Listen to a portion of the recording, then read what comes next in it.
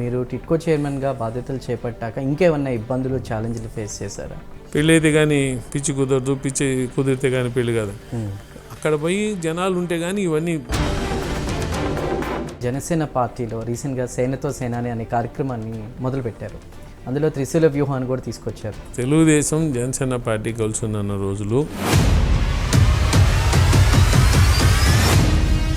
పవన్ కళ్యాణ్ గారు చాలా సందర్భాల్లో ఒక మాట అనేవారు, ఎన్నికల్లో గెలవడానికి రాజకీయం చేయాలి కానీ గెలిచిన తర్వాత ప్రజాసేవ చేయాలని. ప్రభుత్వాన్ని మీద ప్రజలకు నమ్మకం పోయే పరిస్థితికి తీసుకొచ్చారు. పవన్ కళ్యాణ్ గారు ఆయన సొంత నిధుల్ని, జీతాన్ని అనాథ పిల్లలకి ఇవ్వడం కావచ్చు, పంచాయతీలకి డబ్బు ఇవ్వడం కావచ్చు, ఎన్ని రకాల విమర్శలు వస్తున్నా సినిమాల్లో సంపాదిస్తున్నారన్నా కూడా అది కూడా తీసుకొచ్చి జనాలకు పెడుతున్నారు. అది చాలా డేంజరస్, అది కరెక్ట్ కాదు. సార్, చాలా సందర్భాల్లో ఒక కొత్త చేంజ్ తీసుకొస్తానని పవన్ కళ్యాణ్ గారు మాట్లాడారు జనసేన పార్టీ నుంచి. పవన్ కళ్యాణ్ గారి స్పెషాలిటీ ఏంటి? AP TIDCO chairman, Janasena party క్రమశిక్షణ నిర్వహణ కమిటీ చైర్మన్ అజయ్ కుమార్తో హాట్ సీట్ మీ ప్రైమ్ 9లో. నమస్తే, నేను Chandu. Welcome to hot seat. ఇవాల్టి హాట్ సీట్లో మనతో పాటు ఉన్నారు AP TIDCO chairman, Janasena party conflict committee chairman, అదేవిధంగా national media spokesperson Ajay Kumar Vemulapati గారు ఉన్నారు. వారితో మాట్లాడదాం. అజయ్ గారు నమస్కారం. నమస్కారం అండి. ఎలా ఉన్నారు? బాగున్నారా? థ్యాంక్ యూ అండి, I'm doing fine. Okay. So అంటే గత ప్రభుత్వంలో జరిగినటువంటి డ్యామేజ్ గురించి అంటే మేజర్గా జరుగుతున్న డిస్కషన్ ఇది. బట్ ఎందుకంటే టిడ్కో ఇళ్ళు అనేవి చాలా ప్రతిష్టాత్మకంగా తీసుకున్నారు, అంటే టీడీపీ ఉన్నప్పుడు, కూటమి ప్రభుత్వం ఉన్నప్పుడు. మరి దాన్ని నిధులు సరిగ్గా కేటాయించకుండా దాన్ని డ్యామేజ్ చేశారు. అదంతా కూడా ఆగిపోవడానికి గత ప్రభుత్వ కారణం అని చెప్తూ ఉన్నారు. మీరన్నట్టు వచ్చే సంక్రాంతి కల్లా కూడా గృహప్రవేశాలు అవి జరిగిపోతాయని చెప్తున్నటువంటి పరిస్థితి, దాని మీద మీరేమంటారు? ఇది 2016 ఆ టైంలో అప్పటి ముఖ్యమంత్రి చంద్రబాబు నాయుడు గారు, అలాగే మున్సిపల్ శాఖ మంత్రులు నారాయణ గారు, వాళ్ళిద్దరు కలిసి నగరాల్లో ఉండే పేద ప్రజలకి, అర్బన్ పూర్, ఈ prime minister Awas Yojana 1.0 PMAY1 కింద ఒక మంచి నాణ్యమైన ఇల్లు, ఆహ్లాదకరమైన వాతావరణంలో కట్టించాలని చెప్పి ఒక మంచి దృక్పథంతో ఆ కట్టించి వాటిని అంతా మొత్తం ఆ ప్రక్రియనంతా చూసుకోవడానికి వాళ్ళకి అందజేసేంత వరకు ఈ టిడ్కో అనే ఒక సంస్థని ఏర్పాటు చేయడం అయింది. సో మొదలు అప్పట్లో హౌసింగ్ మినిస్టర్గా, సెంట్రల్ హౌసింగ్ మినిస్టర్గా ఉన్న వెంకయ్యనాయుడు గారు వాళ్ళ రిపోర్ట్స్ ప్రకారం 7 లక్షల ఇల్లు దాకా ఆంధ్రప్రదేశ్లో అవసరం ఉంటుంది, మేము 7 లక్షల ఇల్లు శాంక్షన్ చేసామని చెప్తే అప్పటి గవర్నమెంటు అన్నీ కూడా మనకున్న ల్యాండ్స్, అవైలబుల్ ల్యాండ్స్ ఎక్కడ ఏం తీసుకోవచ్చు అన్నీ చూసుకొని 4,52,000 ఇల్లు మనకు సాధ్యం అవుతాయి కట్టడం అని చెప్పి దానికి కావాల్సిన ల్యాండ్, మిగిలిన సౌకర్యాలంతా కూడా క్రియేట్ చేసుకుంటూ ఫస్ట్ 4,52,000 హౌసెస్కి 28,500 కోట్ల అవుట్లేతో స్టార్ట్ చేశారండి. ఈ ఇల్లు ఏ విధంగా మొదలుపెట్టారంటే, సెంట్రల్ గవర్నమెంట్ ఒక్కో యూనిట్కి 1.5 lakh subsidy, state government matching subsidy of 1.5 lakhs, 90,000 వచ్చి మన టిడ్కో ఇన్ఫ్రాస్ట్రక్చర్ క్రియేషన్ కోసం అని చెప్పి టిడ్కో సబ్సిడీ. సో ఈ విధంగా ఒక యూనిట్ మీద 3,90,000 సబ్సిడీలతో 4,52,000 ఇల్లు కట్టాలని చెప్పి అప్పట్లో గవర్నమెంటు టెండర్స్ పిలిచి కాల్ ఫర్ చేసి ఫైనలైజ్ చేసి ఇచ్చారు. 3 రకాల ఇల్లు ఉండేది. ఒకటి 300 చదరపు అడుగులు, రెండోది వచ్చి 365 చదరపు అడుగులు, ఆఖరణ 430 చదరపు అడుగులు డబుల్ బెడ్రూమ్ హౌస్. ఈ 300 చదరపు అడుగులుకి 500 రూపాయలు అప్లికేషన్ మనీ, 2,65,000 కట్టాలా. 365 చదరపు అడుగులకేమో అప్పట్లో 50,000 అప్లికేషన్ మనీ ప్లస్ 3,15,000 ఇల్లు శాంక్షన్ అయినప్పుడు కట్టాల్సిన డబ్బులు. ఫైనల్గా ఈ 430 చదరపు అడుగులకేమో 1,00,000 రూపాయల అప్లికేషన్తో పాటు 3,65,000 వచ్చి శాంక్షన్ అయిన తర్వాత కట్టాలని చెప్పి ఒక స్కీమ్ తీసుకొచ్చారు.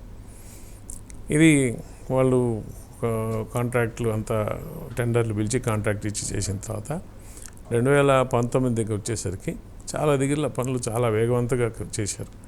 ఫస్ట్ టైం మన దేశంలోనే షేర్ వాల్ టెక్నాలజీ అని చెప్పి యూనిక్ టెక్నాలజీ జర్మనీకి పోయి అక్కడ అది స్టడీ చేసి సో బ్రిక్స్ లేకుండా కట్టే వాల్స్తో షేర్ వాల్ టెక్నాలజీని తీసుకొచ్చి ఆ టెక్నాలజీని ఇంప్లిమెంట్ చేసే విధంగా హై టెక్నాలజీతో పెద్ద కంపెనీలకి ఇవ్వడం జరిగింది. 2019లో ప్రభుత్వం మారడం, అప్పటి ప్రభుత్వం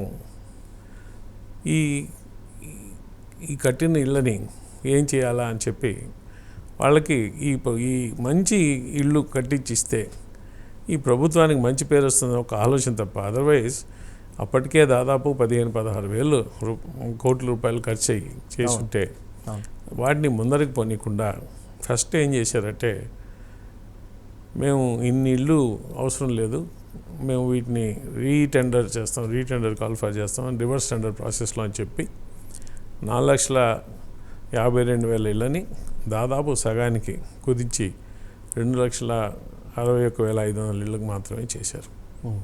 పోనీ అంతవరకు చేశారు. ఆ 2,61,000 ఇళ్ళన్నా కంప్లీట్ చేశారంటే అవి కూడా చేయలేదు. వాటిల్లో కూడా ఏం చేశారంటే మళ్ళా కాదు మేము ప్రజల కోసం చేస్తామని చెప్పి ఈ ఏదైతే 300 చదరపు అడుగుల ఇల్లుని 500 రూపాయలు ప్లస్ 2,65,000 ఉండిందో 500 రూపాయలు కాదు, ₹1 మాత్రమే ఇస్తే చాలు, ఈ 2,65,000 కూడా ప్రభుత్వమే ఇస్తుందని చెప్పి సో ఆల్మోస్ట్ దాన్ని ఫ్రీ చేశారు. నెక్స్ట్ దాన్ని 50,000 బదులు 25,000 చేశారు అప్లికేషన్ మనీ. ఈ 1 lakh-నేమో 50,000 చేశారు. మరి చేసినప్పుడు 2,65,000 ప్రభుత్వం అదనపు భారం మోయాల. అదనపు భారంలో ₹1 అంటే ₹1 కూడా వాళ్ళు చేశారు, కానీ వాళ్ళు ఎవరికి పేమెంట్ చేయలే. సో 2019 నుంచి 2024 దాకా ఈ దట్నే కాలయాపన చేస్తూ అసలు ముందరికి పోనీయకుండా ఈ ప్రాజెక్ట్ని ఇన్ఫ్యాక్ట్ కంప్లీట్ అయిన ఇళ్ళు కూడా అలొకేట్ చేయకుండా వాటిని ఒక రకమైన శిథిలావస్థలోకి తీసుకొచ్చేసి అవి మీరు ప్రత్యక్షంగా చూసినప్పుడు ఎలా ఫీల్ అయ్యారు? వెళ్ళి చూసినప్పుడు అది ఫస్ట్ నేను టిడ్కో చైర్మన్గా నన్ను అపాయింట్ చేసిన తర్వాత అసలు టిడ్కో, ఎందుకంటే జనసేన పార్టీ కానీ తెలుగుదేశం పార్టీ కానీ టిడ్కో మీద కొంచెం పోరాటాలు చేస్తున్నాయి. టిడ్కో ఇల్లు ఈ విధంగా ఇవి అయిపోతున్నాయి, వీటిని అలొకేట్ చేయట్లేదని చెప్పి మనం దాని మీద ఒక పొలిటికల్గా కూడా ఉద్యమాలు చేసిన పరిస్థితి. సో ఆ టిడ్కో చైర్మన్ పోస్టు నన్ను అపాయింట్ చేసిన తర్వాత అసలు పరిస్థితి ఏంది, మనం ఎందుకు వీళ్ళు అలొకేట్ చేయలేదు చూద్దామని పోయి చూస్తే చాలా బాధేసింది. ఎందుకంటే అన్ని విధాలా కంప్లీట్ అయిన ఇళ్లలో జనాలు లేరు. ఆఖరాన కొంచెం అంటే ఇన్ఫ్రాస్ట్రక్చర్ కంప్లీట్ కావాలా, ఆ ఇన్ఫ్రాస్ట్రక్చర్ కంప్లీట్ చేయకుండా ఆపిపెట్టేసి ఒక్కొక్క లేఅవుట్లో తలుపులు తీసుకువెళ్ళిపోయినారు, ఈ ఎలక్ట్రికల్ వైరింగ్ తీసుకువెళ్ళిపోయినారు, ఒక్కో దగ్గర ప్లంబింగ్ ఉంటే అవి తీసుకువెళ్ళిపోయినారు. అంటే ఎటువంటి రెస్పాన్సిబిలిటీ లేకుండా, ఎవరి జవాబుదారీతనం లేకుండా, ఎవరికి వాళ్ళు అవసరమైనట్టు దొంగతనాలు అవి. నేను యాక్చువల్గా కొన్ని దగ్గరలో పోయి చూస్తే యాక్చువల్గా అసాంఘిక చక్రాలకి అవి హెడ్ క్వార్టర్స్ లాగా తయారండి, అడ్డాలుగా మారిపోయినాయి. మాకు ఫస్ట్ నేను విజిట్ చేసింది నెల్లూరు, ఫస్ట్ పోయింది పిఠాపురం అండి. పిఠాపురం కొంచెం బాగానే ఉండింది, దానికి ఇన్ఫ్రాస్ట్రక్చర్ ఆగి ఉండింది, అది ఇప్పుడు ఆల్మోస్ట్ కంప్లీట్ అయిపోతుంది. అది పిఠాపురంలో ఆక్యుపెన్సీ కొంచెం ఉండింది.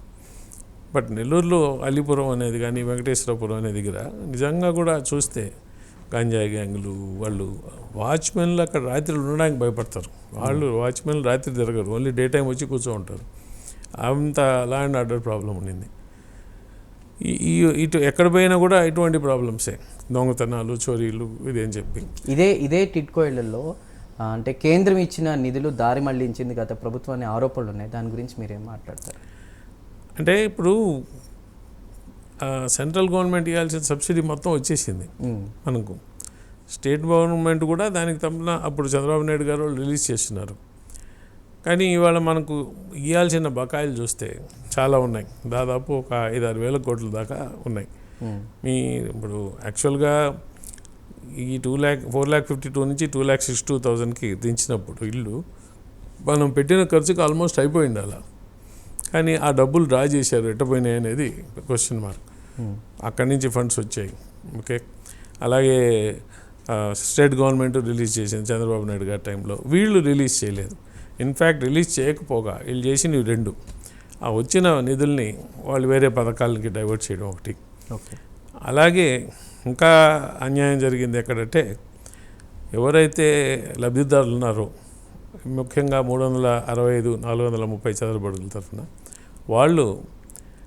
వాళ్ళ దగ్గర నుంచి డబ్బులు ఈ 50,000 లక్ష రూపాయలు తీసుకోవడమే కాకుండా బ్యాంకులో వాళ్ళ పేర్ల మీద లోన్లు డ్రా చేయడమైంది. సో ఇవాళ వాళ్ళ పరిస్థితి ఏంటి? మేము ఎక్కడ పోయినా కూడా ముఖ్యంగా మాకు ఎదురుపడే సమస్య, ప్రధాన సమస్య ఏంటంటే, సార్ మేము మీకు కట్టాల్సిన డిపాజిట్ 50,000 కానీ 1,00,000 కానీ కట్టాము, మీరు మా పేరు మీద రుణం కూడా తీసుకొని డ్రా చేసేస్తున్నారు, ఇవాళ మాకు ఇల్లు లేదు, బ్యాంకర్స్ వచ్చి మమ్మల్ని ఈఎంఐలు కట్టమంటున్నారు, ఈఎంఐలు కట్టకపోతే మా సిబిల్ స్కోరు ఇవంతా అవుతున్నది, మేము తెచ్చిన 1,00,000 రూపాయలకే వడ్డీ కట్టాం, బయట బాడిగళ్ళలో ఉంటున్నాం, ఇప్పుడు దీనికి కూడా వడ్డీ కట్టమంటే మా పరిస్థితి ఏంటి అని చెప్పి, అది నిజంగా చాలా దుర్మార్గమైన ఇది. ఇప్పుడు ఇల్లు కంప్లీట్ చేయాల్సిన బాధ్యత ప్రభుత్వాన్ని. నాకు అనిపించేది ఏంటంటే ల్యాక్ ఆఫ్ రెస్పాన్సిబిలిటీ. ఇప్పుడు ఒక ప్రభుత్వము ఒక మంచి పథకం 28,000 కోట్లది, అందులో 17,000 కోట్లు ఖర్చు పెట్టాము, ఇంకా 3,000 ఖర్చు పెట్టి అయిపోయింటే మొత్తం అయిపోయిండేది. మీ లెక్క ప్రకారం 2,62,000 ఇళ్ళు కూడా ఇచ్చుండొచ్చు, అంతమంది ఫ్యామిలీస్ బాగుపడేవి. ఇటువంటి పథకాన్ని ఏ కారణం లేకుండా, నా దృష్టిలో ఒకటే కారణం, అదేంటంటే మంచి పేరు వస్తుంది ఆ ముందర ప్రభుత్వానికి, ఆ పేరు రావద్దు అనే ఒక దురాలోచనతో తప్ప వేరే రీజన్ లేదు.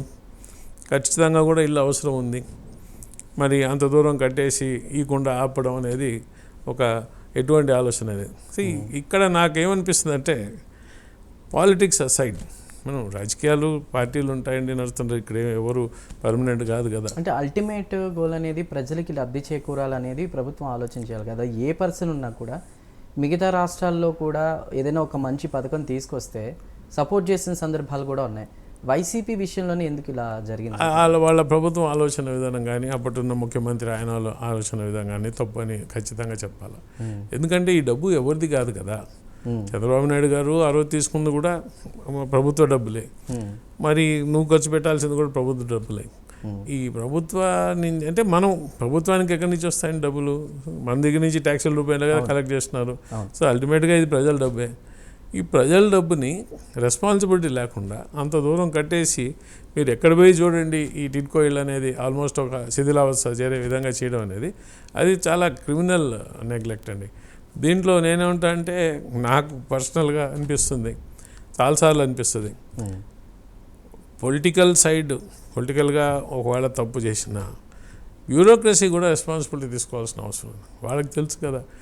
There is always a change in political parties, who will come as the chief minister, ఉండే ఎలక్షన్స్లో గెలుస్తారు, ఓడిపోతారు, బ్యూరోక్రసీ ఈజ్ కంటిన్యూ ఉంటుంది. వాళ్ళు కూడా రెస్పాన్సిబిలిటీ తీసుకోలేదనేది మాత్రం నాకు చాలా బాధ అనిపిస్తుంది. ఈ ఇల్లు కంప్లీట్ చేసి ఇచ్చుండాలా, ఇంత పెద్ద అవుట్లే మీద. ఇప్పుడు ₹1, ₹2 కాదు, 16,500 కోట్లు ఖర్చు పెట్టి ఇవాళ పరిస్థితి ఒక ఇల్లు అనేది కదా, దానికోసం ఎదురు చూస్తున్నారు. పాపం దాన్ని ఇవాళ నమ్మలేని పరిస్థితికి వచ్చిన్నారు. వాళ్ళు ఎంతోమంది మాకు పెట్టుకున్న అప్లికేషన్స్, మీ ఇల్లు దేవుడు ఎరుగు, మా ₹1,00,000 మాకు వెనక్కిండి, 50,000 వెనక్కిండి అంటే మేము ఇప్పుడు మేము ట్రై చేస్తున్నాం, లేదు మేము కట్టించిస్తాము, ఇంత దూరం ఆగారు కదా, మీకు మంచి ఇల్లు ఇస్తాయి, ఆగండి అని. కానీ ఆ దుస్థితికి తేవాల్సిన అవసరం లేదు. ప్రభుత్వాన్ని మీద ప్రజలకు నమ్మకం పోయే పరిస్థితికి తీసుకొచ్చారు. అది చాలా డేంజరస్, అది కరెక్ట్ కాదు. పథకాలు చేయొచ్చు, మనం ఎటువంటి పథకాలను తీసుకురావచ్చు, కానీ ప్రజల్నే మోసం చేసే విధంగా చేసే ప్రభుత్వం మొదటిసారి. లాస్ట్ టైం నేను చాలాసార్లు చెప్తాను, ఇదే ఒక ప్రైవేట్ బిల్డర్ కానీ చేసి ఉంటే, ఒక ప్రైవేట్ బిల్డరు మన దగ్గర డబ్బులు తీసుకొని, డౌన్ పేమెంట్ తీసుకొని, మన పేరు మీద లోను డ్రా చేసేసి ఇల్లు మనకి ఇవ్వకుండా ఉంటే, రేరా కిందనో ఇంకో చట్టం కిందనో కేసు వేసి ఉంటే 100% ఆ ప్రమోటర్స్ని శిక్షించేవాళ్ళు, జైలుకి పంపించేవాళ్ళు. ప్రభుత్వం కాబట్టి అడిగేవాళ్ళు లేరు కాబట్టి ఈ విధంగా చాలామంది అవుతున్నారు. అంటే పవన్ కళ్యాణ్ గారు చాలా సందర్భాలు ఒక మాట అనేవారు, అంటే ఎన్నికల్లో గెలవడానికి రాజకీయం చేయాలి కానీ గెలిచిన తర్వాత ప్రజాసేవ చేయాలని. అది ఎందుకు వైసీపీ మర్చిపోయింది. ఇంకో విషయం ఏంటంటే సార్, ముఖ్యంగా ఈ జగన్మోహన్ రెడ్డి అవలంబించిన తీరు ఈ ఇళ్ల విషయంలో, టిడ్కో ఇళ్ల విషయంలో, వాళ్ళకి కావాల్సిన గవర్నమెంట్కి కావాల్సినటువంటి బిల్డింగ్లేమో వాళ్ళు యూజ్ చేసుకునే విధంగా యూజ్ చేసుకున్నారు. ప్రజలకే ఎందుకు ఇట్లా చేశారు అనే దానికి ఫైనల్గా మీ మాట. అంటే వాళ్ళు చెప్పా కదండి, బేసిక్గా ఇప్పుడు ఎవరైనా ప్రజాశ్రయస్సు కోరేవాళ్ళు ఈ ఇల్లున్న ఎవరు కట్టిస్తే మళ్ళీ ఇస్తామని చెప్పి రంగులు మాత్రం మార్చేశారు. గబగబా వాళ్ళకి కావాల్సిన రంగులు వేసారు, దానికి టెండర్ లేదు, ఏం లేదు. వాళ్ళు చాలా దగ్గర రంగులు మార్పిచ్చేసారు. పోనీ రంగులు మార్పించారు, వాళ్ళకి ఇచ్చి ఉండాలి కదా లబ్ధిదారులకి, హ్యాండ్ ఓవర్ చేసి అన్ని సౌకర్యాలు కల్పించి ఇచ్చుంటే ఇప్పుడు ఎవరన్నా కానీ ఇచ్చిన వాళ్ళు కూడా తలుచుకునేవాళ్ళు, మాకు పలాని దీని కింద ఇల్లు వచ్చాయి అని చెప్పి. ఇది కాకుండా మేము అటీయం. ఇంకా మోసం ఎక్కడంటే పాపం ఆల్రెడీ లబ్ధిదారులను ఏం చేశారంటే, మీరు ఇక్కడ క్యాన్సిల్ చేసుకోండి, మీకు భూములు ఇస్తాము, 1 సెంటు భూమి 2 సెంట్ల భూములు అని చెప్పి భూములు అలొకేట్ చేశారు. జగనన్న కాలనీ కట్టించిస్తామని. వాటి పరిస్థితి చూస్తే ఎంత అధ్వాన పరిస్థితో మీ అందరికీ తెలిసిందే. అవి కూడా ఎక్కడో మారుమూల ప్రాంతాల్లో అయ్యో అసలు చాలా దగ్గరలో భూమి లేదండి, పట్టాలు ఇచ్చినారు, భూమి లేదు. ఇప్పుడు ఇవన్నీ కూడా నేను మళ్ళీ నాకేమనిపిస్తుంది అంటే, పొలిటికల్గా ఒక పార్టీ దుర్మార్గం చేస్తుంది ఆలోచన విధానంగా వాళ్ళు చేశారు. కానీ బ్యూరోక్రసీ, రెవెన్యూ వాళ్ళకి తెలియాలి కదా, మీరు పట్టాలు ఇచ్చినప్పుడు ఇక్కడ భూమి ఉందా లేదా అని. పట్టాలు లేని భూములు ఎట్లా ఇస్తారు అంటే ఎంత కాంప్లిసిట్ అయ్యారో ఆ టైంలో. బ్యూరోక్రసీ కూడా ఈ దుర్మార్గాల్లో గవర్నమెంట్తో కాంప్లిసిట్ అయింది. దీన్ని కొంచెం గవర్నమెంట్, ఏ గవర్నమెంట్ అయినా కానీ, మన గవర్నమెంటే నేను అప్పీల్ చేస్తున్నా, దీని గురించి విచారణ జరిపించాల్సిన అవసరం ఉంది. అసలు ముందరు లబ్ధిదారులు తెలుగుదేశంలో ఎవరినైతే 2016-17లో ఐడెంటిఫై చేసి డబ్బులు కట్టారో వాళ్ళకి క్యాన్సిల్ చేసేసారు. క్యాన్సిల్ చేసి ఎవరికో ఇచ్చారు. మరి ఎందుకు క్యాన్సిల్ చేయాల్సి వచ్చింది? 2,65,000 కట్టడానికి ముందరకు వచ్చిన వాళ్ళని క్యాన్సిల్ చేసి రూపాయి చేసి ఫ్రీ చేసి వేరే వాళ్ళకి ఇచ్చారు. అంటే దీంట్లో మర్మం ఏంటి? ఎవరికి పోయినాయి కొత్తవి? ఇంకోటి చెప్తా మీకు. అఫీషియల్గా మా రికార్డ్స్ ప్రకారం 70,000 హ్యాండెడ్ ఓవర్. కానీ అక్కడ పోయి చూస్తే హార్డ్లీ 30,000-40,000 కూడా యాక్చువల్గా నివాసంలో ఉండరు. ఆ 30,000-40,000లో కూడా 10-15 ఓన్లీ యాక్చువల్ లబ్ధిదారులు ఉంటారు. ఎక్కువ మంది బాడీకి తీసుకున్న వాళ్ళు ఉన్నారు. కొన్ని దగ్గరలో అయితే ఎవరు బాడీకి ఇచ్చారు కూడా తెలియదు, లోపల వచ్చి ఉంటున్నారు. దీన్ని వెనకాల నేను ఇవాళ బోర్డు మీటింగ్ జరిగింది, ఒక సోషల్ ఆడిట్ చేయాల్సిన అవసరం ఉంది అని చెప్తున్నాను నేను. దీని గురించి ఒక ఆడిట్ చేసి ఎందువల్ల ఇట్లా జరిగింది, ఒక మంచి పథకాన్ని ఈ విధంగా ఎందుకు నిర్వీర్యం చేశారు, దీనికి కారణాలు ఏంటి, వాళ్ళు ఉండేవాళ్ళు నిజంగా లబ్ధిదారులా లేకపోతే ఎవడుంటే వాడు పోయి ఉంటున్నాడా, ఒకే మనిషికి డిఫరెంట్ పేర్ల మీద వీళ్ళు ఏమన్నా స్కామ్ చేసి 10 ఇళ్ళు 20 ఇళ్ళు తీసుకున్నారా, ఎందుకు ఖాళీగా ఉంటున్నాయి ఇళ్ళు, ఇవన్నిటి మీద కూడా ఒక సమగ్ర విచారణ జరపాలా. ఈ విధంగా జరగకుండా అవడాలని చెప్పి టిడ్కో ఒక స్టాండింగ్ ఎగ్జాంపుల్, ఏ విధంగా పథకాలని నాశనం చేయొచ్చో దాన్ని జరగకుండా అవ్వాలని చెప్పి ఖచ్చితంగా కొన్ని మీరు చెప్పారు సార్. మీరు టిడ్కో చైర్మన్గా బాధ్యతలు చేపట్టాక ఇంకేమన్నా ఇబ్బందులు, ఛాలెంజ్లు ఫేస్ చేశారా వీటికి సంబంధించి? Funds challenges biggest. అంటే ఇప్పుడు కంప్లీట్ చేయాలి. ఇప్పుడు మనకు end of the day blame చేసాం, బాగానే ఉంది. కానీ ఇవాళ మనం 2,62,000 ఇళ్ళన్నా కంప్లీట్ చేసి ఇవ్వాల్సిన బాధ్యత ఈ ప్రభుత్వం మీద ఉంది. ఓకే, సో ఈ ఛాలెంజ్లో మనం ఏం చూస్తున్నామంటే, డబ్బులు ఉంటే కంప్లీట్ చేయొచ్చు. సో ఇప్పుడు కాంట్రాక్టర్లు ఉన్నారు. యాక్చువల్గా మొన్న ఒక రివ్యూ మీటింగ్ అయింది. రివ్యూ మీటింగ్లో సీఎం గారు తీసుకున్నప్పుడు నేను కూడా పాల్గొన్నప్పుడు ఎట్లా ఇది ఒక చిక్కుముడలాగా తయారైందంటే, నేను చెప్పాను సీఎం గారు, సార్ నేను ఒక 30-40 కాలనీస్ దాకా తిరుగున్నాను, నాకు బాధ ఎక్కడ వేస్తుందంటే, మీ చిత్తూరు జిల్లాలోని చిత్తూరు టౌన్లో 2,000 ఇళ్ళు రెడీగా ఉన్నాయి అనేది. ఒక 5 కోట్లు 4 కోట్లు ఒక సబ్స్టేషన్ కానీ కంప్లీట్ చేస్తే ఈ ఇల్లు ఇచ్చేసేయచ్చు. ఎందుకు అది లేకుండా మీరు లోపలికి రారు, కరెంట్ లేకుండా ఇల్లు ఉండలేరు కదా. ఆ సబ్స్టేషన్ ఖర్చు 4-5 కోట్లు. అటువంటివి చిన్న ఉన్నాయంటే ఆయన అడిగారు, మరి ఇటువంటివి కదా తీసుకురావాలి ముందరికి, ఇటువంటివి ఎన్ని ఉన్నాయని. సో మేము లెక్కేసుకొని ఒక 650 కోట్లు దాకా ఉంటే ఒక 70,000-80,000 ఇల్లు కంప్లీట్ చేసి అని చెప్పాము. కానీ ఈ 600 కోట్లు అట్లా కాకుండా ముడిపడి ఉన్నది. ఎట్ట ముడిపడి ఉన్నదంటే, ఆల్రెడీ 3 సంవత్సరాలు 4 సంవత్సరాలు 2 సంవత్సరాల నుంచి కాంట్రాక్టర్లకి 3,500 కోట్లు బకాయిలు ఉన్నాయి. సో వాళ్ళే ఉంటారు, అవి చెల్లించకుండా ఇది చేయమంటే ఎట్లా అని. సో ఈ బకాయిలు చెల్లించాల్సిన అవసరం కూడా ఉంది. సో వీటిని అన్నింటినీ ఒక సమగ్రంగా ఆలోచించి సాల్వ్ చేయడానికి మేము ఇవాళ ఒక 4,500 crores హడ్కో లోన్ అప్లై చేస్తున్నాం. ఒక ప్రాసెస్లో ఉంది. అది కానీ గవర్నమెంట్ గ్యారంటీ ఇస్తే ఖచ్చితంగా కూడా ఈ 2,062 లక్షల ఇళ్ళు ఏదైతే ఉన్నాయో అన్ని రకాల మళ్ళీ, ఎందుకంటే ఇది డబుల్ ఖర్చు అవుతున్నది వైర్లైజేషన్ దగ్గర. అదే అజయ్ గారు నేను అడగబోతున్నాను. ఎందుకంటే ఇప్పుడు ఒక ఇల్లు కట్టడం స్టార్ట్ చేసిన తర్వాత అది వేరు, కట్టేసి అంతా రెడీగా ఉన్నప్పుడు మీరు అందరూ గృహప్రవేశానికి రెడీగా ఉన్న టైంలో మీరు ఇందాక చెప్పారు వైర్లు అవి లాక్కు వెళ్ళిపోయారు అది ఇది అనేది. ఇప్పుడు మీరు ఫేస్ చేసిన ఛాలెంజెస్ ఏంటి? అవన్నీ ఇప్పుడు పెద్ద ఛాలెంజ్ అండి. ఇప్పుడు డబుల్ ఖర్చు అవుద్ది, వైర్లు వేసిన దగ్గర మళ్ళీ వేయాలా. ఓకే, ఇప్పుడు హూ ఈజ్ రెస్పాన్సిబుల్ మా ప్రకారం ఏమంటామంటే ఇల్లు మీరు హ్యాండ్ ఓవర్ చేసేంత వరకు మీరు చూసుకోవాలా అంటారు.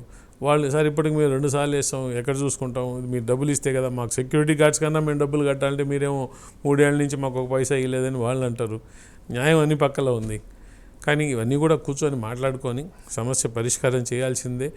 అది ఖర్చు 1 రూపాయి ఎక్స్ట్రా అయినా కానీ మళ్ళీ వైరింగ్ అంతా చేసి, ఎందుకంటే మీరు కానీ కాలనీస్ చూశారంటే అండి చాలా నాణ్యతమైన ఇల్లు ఉన్నాయి. అవి నిజంగా కూడా చాలా నాణ్యత గల ఇల్లు. ఇవాళ 2 బెడ్రూమ్ 430 స్క్వేర్ ఫీట్ అనేది నేను మీ టీవీ దీంట్లో చెప్తున్నాను, ఎవరు అర్హులు అని చెప్తాను నేనండి.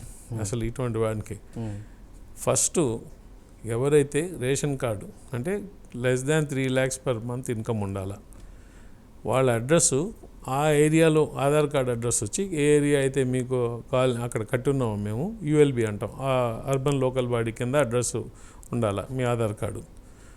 3వది వచ్చి మీకు ఆల్రెడీ గవర్నమెంట్ పథకంలో మీరు ఏదో తీసుకోండి, లబ్ధిదారులు అయి ఉండకూడదు, ఇల్లు కానీ లేక ప్లాట్ కానీ. 4 ఆర్థిక స్తోమత ఉండాలి, అంటే బ్యాంకుకు పోతే బ్యాంకులో మీకు ఆ 3 లక్షలు 3.5 లక్షలు లోన్ ఇవ్వగలిగి ఉండాలి. ఇవన్నీ ఉంటే నేనైతే ప్రతి ఒక్కరికి నేను కలిసిన వాళ్ళు ఎవరైతే నా దగ్గరికి వస్తున్నారో ఈ విధంగా మాకు వెనక్కిండని మేము చెప్తున్నాను, తీసుకోవద్దు, మేము ఇల్లు కట్టించిస్తాం తీసుకోండి అని. ఎందుకంటే మినిమం అవి 15-20 లక్షలు ఉంటాయి ఇవాళ బయట. అటువంటిది ప్రభుత్వం 4 లక్షలకి ఇస్తున్నది. సో నిజంగా ఆ ఇల్లు తీసుకొని వాటిని అందరికీ కరెక్ట్గా లబ్ధిదారులకు ఇచ్చి బాగా మెయింటైన్ చేస్తే బ్రహ్మాండమైన ఇల్లు తయారవుతాయి. సో టిడ్కో అనేది మంచి వర్క్తో స్టార్ట్ అయింది. ఖచ్చితంగా కూడా we want to see through the end. అంటే ఇప్పుడు మీరు చెప్తుంటే చాలామందికి కూడా నిజంగా ఇల్లు లేని వాళ్ళకి మాకు కూడా టిడ్కో ఇల్లు వస్తే బాగుంటుంది అని అనిపిస్తుంది. బట్ ఇక్కడ ఒకటి సార్, గత ప్రభుత్వ హయాంలో వైఎస్ఆర్సీపీ ఉన్నప్పుడు భూములు ఇచ్చారు, బట్ వాళ్ళకి దానికి రిలేటెడ్ పేపర్స్ కూడా అందని వాళ్ళు ఉన్నారు. సో అలాంటి వాళ్ళ పరిస్థితి ఏంటి, వాళ్ళ గురించి ఏమైనా ఆలోచన చేస్తున్నాయి? అంటే ఇప్పుడు 2 టిడ్కో వచ్చి దాని కింద రాదు, అవి వేరే హౌసింగ్ కార్పొరేషన్ వేరే ఉంటుంది. సో రూరల్ పూర్కి భూములు ఇచ్చినారు, ఎవరైతే గ్రామీణ ప్రాంత పేద ప్రజలు ఉన్నారో వాళ్ళు వేరే దీని కింద వస్తుంది. కానీ ఇక్కడ జరిగింది కొన్ని మా దృష్టికి వచ్చింది ఏంటంటే, టిడ్కో ఇల్లు ఇచ్చి మీరు ఇవి వద్దని చెప్పండి, మేము మీకు భూమి ఇస్తామని చెప్పి చేసినవి కూడా ఈవెన్ అర్బన్ ఏరియాస్లో కూడా ఉన్నాయి, చాలా మా దృష్టికి వస్తున్నాయి. వాళ్ళకి సరిగ్గా అవి కూడా వేయలేదు ఆ కాగితాలు, ఈ డబ్బులు వెనక్కి లేదు. ఇటువన్నిటి కూడా ఒక సమగ్రమైన మేము ఒక రిపోర్టు తెచ్చి వైట్ పేపర్ అడిగారు సీఎం గారు. దాన్ని సీఎం గారికి ఇస్తే గవర్నమెంట్ ఒక డిసిషన్ తీసుకొని వాళ్ళకి వద్దనుకుంటే ఏదైతే ఆ భూమి, ఎందుకంటే అది పనికిమాలిన భూమి, అసలు ఏం లేదు దాంట్లో, టిడ్కో ఇల్లు అన్నా కూడా ఏదైనా మనం అలొకేట్ చేయడానికి ఏమైనా వీలవుతుందా అనేది చూడాలి. రైట్, మీరు అన్నట్టు వచ్చే సంక్రాంతికి మేబీ ఇంకొక 100 రోజులు టైం ఉంది, అప్పటికల్లా గృహప్రవేశాలు చేయొచ్చా? రెడీగా ఉన్నారా? ఖచ్చితంగా అండి. దాదాపు మా టార్గెట్ ఒక 60,000-70,000 ఇళ్ళు అన్నా ఇవ్వడానికి. ఇప్పుడు ఆల్రెడీ ఈ నెక్స్ట్ మంత్లో మాకు ఇప్పుడే చెప్పారు ఇవాళ బోర్డు మీటింగ్లో, కడపలో ఒక colony they are going to inaugurate అంట. సో అన్నీ ఒక ట్యాప్ కాకుండా ఉన్నట్టు ఇచ్చేయాలనుకుంటున్నాం. సో ఈ హడ్కో కానీ రిలీజ్ అయిపోతే మా దృష్టిలో ఈ మంత్ ఎండ్కి అయి ఉండాలా. అదేదో క్యాబినెట్ మీటింగ్ కొంచెం 4th or 6th ఉంటుందంట. ఎంత తొందరగా ఈ లోన్ రిలీజ్ అయితే అంత తొందరగా ఇల్లు కట్టేయడం అవుతాయి. ఎందుకంటే 80% 90% కంప్లీట్ అయిన ఉన్నాయి ఇళ్ళు. ఇప్పుడు మనం మళ్ళీ పోయి ఎక్కడెక్కడ డ్యామేజ్ అయిందో అన్నీ చూసుకొని చేయాలి. అది కొంచెం టైం టేకింగ్ ప్రాసెస్. కానీ ఈ తెలుగులో ఒక సామెత ఉంది, పెళ్ళి అయితే కానీ పిచ్చి కుదరదు, పిచ్చి కుదిరితే కానీ పెళ్ళి కాదు. అక్కడ పోయి జనాలు ఉంటే కానీ ఇవన్నీ కొన్ని మనం ఆపలేం. ఎందుకంటే ఆక్యుపై అయితేనే ఇవన్నీ తగ్గుతాయి. ఇది దాంట్లో కొట్టేయడం కానీ లేకపోతే ఈ అసాంఘిక చర్యలు. సో మా టార్గెట్ మేము ఏం పెట్టుకున్నామంటే ఎంత తొందరగా ఆక్యుపేషన్లో తీసుకొస్తే అంత మంచిది. చిన్న ఏదైనా ప్రాబ్లమ్స్ ఉంటే ఆక్యుపేషన్లో ఉండి కూడా వాటిని మనం క్లియర్ చేసి ఇస్తామని. సో మన ఐడియా ఇస్ టు డెఫినెట్లీ సంక్రాంతికి ఎన్ని వీలైతే అన్ని చేయాలని చెప్పి మనం చేస్తాం. రైట్, అజయ్ గారు, మిగతా అంశాలు చూస్తే జనసేన పార్టీకి సంబంధించి చాలా రకాల అంటే కార్యకర్తలు కావచ్చు, వాళ్ళు కొన్ని రకాల ఇబ్బందుల గురించి రీసెంట్గా రివ్యూ మీటింగ్లో నాగబాబు గారితో మాట్లాడటం, వాళ్ళ ఇబ్బందులు చెప్పడం జరిగింది. ఇప్పుడు ఆయన రెస్పాండ్ అయిన తీరుకు సంబంధించి కూడా ప్రతిపక్షాలకు ఊతం ఇచ్చేలా ఉంది అనేటువంటిది వినిపిస్తున్నట్టు మాట. దానిపై మీరేమంటారు? మీరు ఏ గురించి ఇది మాట్లాడుతున్నారో నాకు బాగా తెలుసు, వైజాగ్లో జరిగింది. అవును, ఓకే. అయితే ఈ మన సోషల్ మీడియాలో ప్రాబ్లం ఏంటంటే you can just take 1 minute of entire 3 hours, ఒక 3 గంటలో 2 గంటలో జరిగిన మీటింగ్లో ఒక 1 minute బిట్ తీసుకొని దాన్ని బ్లోఅప్ చేసేయచ్చు. ప్రజలు ఆ 1 minute నమ్ముతారు. ఇక్కడ కూడా ఎగ్జాక్ట్గా అదే జరిగింది. ఎంతోమంది మాట్లాడారు, అతను కూడా మాట్లాడి మళ్ళీ వచ్చి మాట్లాడాలన్నప్పుడు మైక్ ఇస్తే కొంచెం మాకు కొన్ని ఇబ్బందులు ఉన్నాయి ఇవన్నీ అంటే అతనికి నాగబాబు గారికి మంచి, ఇప్పుడు ఆమె మా కార్పొరేటర్ వాళ్ళ మిస్సెస్ ఎవరైతే మాట్లాడారో వాళ్ళ మిస్సెస్ వచ్చి వైజాగ్లో కార్పొరేటర్, ఫ్లోర్ లీడర్ జనసేన పార్టీకి, వసంత లక్ష్మి గారు. ఈ అదేం పెద్ద కాదు, ఏమన్నా అంటే ఇప్పుడు కాదా ఆయనకి మాట్లాడకూడదు అంటే కాదండి అని చెప్పకపోతే మైక్ ఇచ్చేసేయి నువ్వు అని చెప్పి. ఓకే, తర్వాత వాళ్ళిద్దరు కలిసి సినిమాకు పోయారు. నెక్స్ట్ డే అంతా నాగబాబు గారితో గడిపారు. అతనే పర్సనల్గా చెప్పాడు, సార్ ఇది నన్ను ఏదో కుట్ర చేశారు, ఇది ఎవరో వీడియో తీసి రిలీజ్ చేసి. నాగబాబు గారు మాకేందంటే మాట్లాడుకున్నాం. ఆ తర్వాత మళ్ళీ నేను నాగబాబు గారు అందరం కలిసి సినిమా పోయాం హరిహర వీరమల్కి. నెక్స్ట్ డే అంతా ఆయనతోనే ఉన్నా నేను. నాకు తెలియదు, తర్వాత సోషల్ మీడియాలో ట్రెండ్ అవుతున్నది, నన్ను ఏదో వచ్చారని చెప్పి నాకు బాధేసింది. నేను నాగబాబు గారికి 1-2 సార్లు చెప్పుకున్నానంటే అవసరం లేదు, మనం ఇవన్నీ పట్టించుకోవద్దు. నాగబాబు గారు కార్యకర్తలతో ఎట్లుంటారో కార్యకర్తలకు తెలుసు. ఇప్పుడే కాదు, అసలు నాగబాబు గారి ఒక బేసిక్ రోల్ ఆయన ఈ పాలిటిక్స్లో అంటే వైసీపీ ఆప్షన్స్ ఎత్తుక్కుంటుందా? కూటమి స్ఫూర్తితో ముందుకెళ్లాలని పవన్ కళ్యాణ్ గారు, చంద్రబాబు చెప్తూ ఉన్నారు. కానీ ఇక్కడ ఉన్నటువంటి జనసేన కార్యకర్తలు లేదా టీడీపీ కార్యకర్తలు వీళ్ళకి గొడవ పెట్టి, అంటే ఇచ్చిన హామీలన్నీ నెరవేర్చుకుంటే ఈ సంవత్సరాల కాలంలో బాగా ముందుకెళ్తున్నారు. బట్ వాళ్ళకి ఎక్కడ స్కోప్ దొరక్క ఈ విధంగా ముందుకెళ్తుంది వైఎస్ఆర్సీపీ అనుకోవచ్చా? అంటే ఇప్పుడు వైసీపీకి ఒకటైతే నిజం తెలుసండి, తెలుగుదేశం జనసేన పార్టీ కలుసున్న రోజులు వైసీపీ మళ్ళీ అధికారానికి ఈ రాష్ట్రంలో వచ్చే సమస్య లేదు. అది వాళ్ళు బాగా ఆ నిజం అయితే బాగా తెలుసుకున్నారు. సో వాళ్ళు ఏం చేస్తారు, ఎక్కడ చిక్కితే అక్కడ చిచ్చు పెట్టాలా, ఎక్కడ చిక్కితే అక్కడ వీళ్ళిద్దరి మధ్య ఎట్లన్నా కానీ దాన్ని దూరం పెంచాలని ట్రై చేస్తారు. అలాగే జనసేన కార్యకర్తలు మామూలుగా మాకు నేచర్ ఏంటంటే జనసేన కార్యకర్తలకి ప్రశ్నించే నేచర్ ఎక్కువ. మనం నేర్పించింది అది. అవును, మనం జనసేన పార్టీని పవన్ కళ్యాణ్ గారు పెట్టినప్పటి నుంచి కూడా మీరు ఎక్కడ అధికారం ఉన్నా, ఎక్కడ తప్పు జరుగుతుంటే ప్రశ్నించండి అనే దాని మీదే మనం పార్టీని ప్రశ్నించమని ఎవరన్నా, దీంట్లో నో ఎక్సెప్షన్.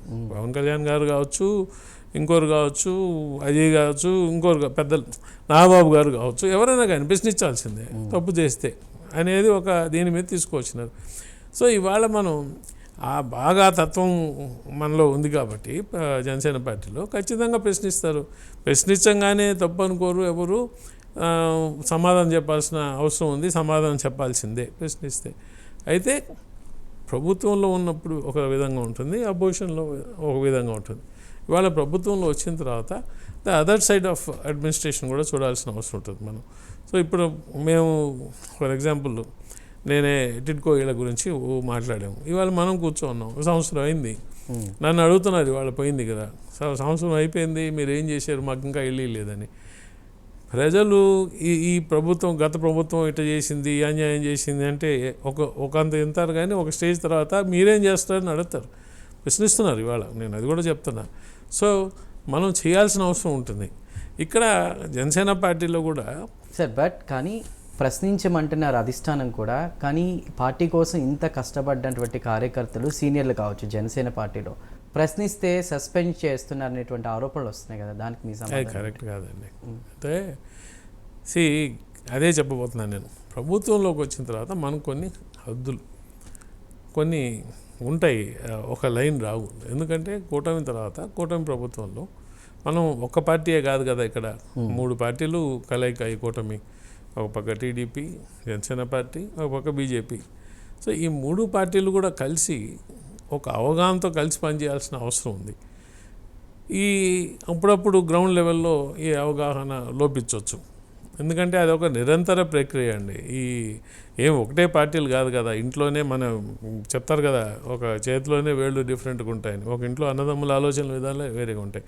అటువంటిది ఒక రాజకీయంగా 3 డిఫరెంట్ పార్టీలు ఎవరెవరికి వాళ్ళ ఐడియాలజీస్ వాళ్ళకు ఉన్నాయి చేస్తున్నప్పుడు గ్రౌండ్ లెవెల్లో అంతా కరెక్ట్గా నడుస్తుంది చాలా అని నేను అనుకోవట్లే. కానీ ఈ సమన్వయ పరిచేది అనేది ఒక నిరంతర ప్రక్రియ, ఒకరోజుతో అయ్యేది కాదు. అది కంటిన్యూస్గా తప్పు జరిగేదల్లా మనం దాన్ని సరిదిద్దుకొని వస్తూ ఉండాలి. సో మీరు జనసేన పార్టీ దగ్గరికి వచ్చేసరికి ప్రశ్నించంగానే సస్పెండ్ చేస్తున్నారు అనేది ఆ మాట కరెక్ట్ కాదు. ఎందుకంటే ఒకటి రెండు విషయాల్లో జనసేన పార్టీ క్యాడర్ చాలా రియాక్ట్ అయింది. అంటే మనం డిసిషన్స్ కొన్ని పార్టీ యొక్క మంచి లేకపోతే కూటమి యొక్క దీనికోసం డిసిషన్స్ తీసుకున్నప్పుడు కార్యకర్తలు ఒక్కో దగ్గర ఒప్పుకుంటారు, ఒక్కో దగ్గర ఒప్పుకోవచ్చు. కానీ పార్టీ ఒకటి మాత్రం నేను చెప్తాను, జనసేన పార్టీ ఖచ్చితంగా కూడా పార్టీ క్యాడర్ని కాపాడుకుంటూ పార్టీ యొక్క మన నియమాలని మనం వాటిని జాగ్రత్త పరుస్తూ కూటమి యొక్క ఐక్యతను కూడా విఘాతం కలిగించుకునే బాధ్యత మన వంతు మనం సేవిస్తూ నడుస్తున్నాం. ఒక ఎగ్జాంపుల్ సార్, టీవీ రామారావు గారి విషయంలో జరిగింది. అంటే ఆయన నామినేటెడ్ పదవుల గురించి ప్రశ్నించినందుకు ఆయన సస్పెండ్ చేశారనేటువంటి ఆరోపణ ఉంది కదా, దానికి ఏం మాట్లాడతారు? ఆయన ప్రశ్నించినందుకు సస్పెండ్ చేయలేదు. వాళ్ళు రోడ్డు మీదకి రావడం, గెరావ్ చేయడం, పబ్లిక్లోకి పోవడం, ప్రెస్లోకి పోవడం మన దగ్గర. ఇప్పుడు అదే చెప్తున్నాను నేను, మనం ప్రభుత్వంలో ఉన్నప్పుడు బాధ్యత టీవీ రామారావు గారు అనే ఒక పెద్ద వ్యక్తి, ఆయన ఈజ్ ఎన్ ఎక్స్-ఎమ్మెల్యే. ఓకే, ఆయన ఇన్ఛార్జ్ ఆఫ్ కోవూరు కాన్స్టిట్యున్సీ. నిజమే, క్యాడర్ నుంచి బాగా ప్రెషర్ ఉంటుంది, మనకు రావాల్సింది రాలేదు అనేది ఉంటుంది, బాధ ఉంటుంది. వీటిని అన్నిటి కూడా ఆయన కొంచెం కంట్రోల్ చేసుకోవాల్సిన బాధ్యత ఆయన మీద ఉంటుంది. పార్టీలో వచ్చి మాట్లాడాలి, ఇట్లా జరుగుతున్నది, పార్టీ ద్వారానే పోవాలి. ఏం చేసినా కూడా మనం రోడ్డు మీద ఎక్కామనుకోండి, ఎక్కడికి అంతం, ఇంకా ఎవరికి వాళ్ళు ఎక్కేస్తారు కదా. ప్రతి ఒక్కరికి ఏదో ఒక బాధ ఉంటుంది పార్టీలో. నాకు రావాల్సింది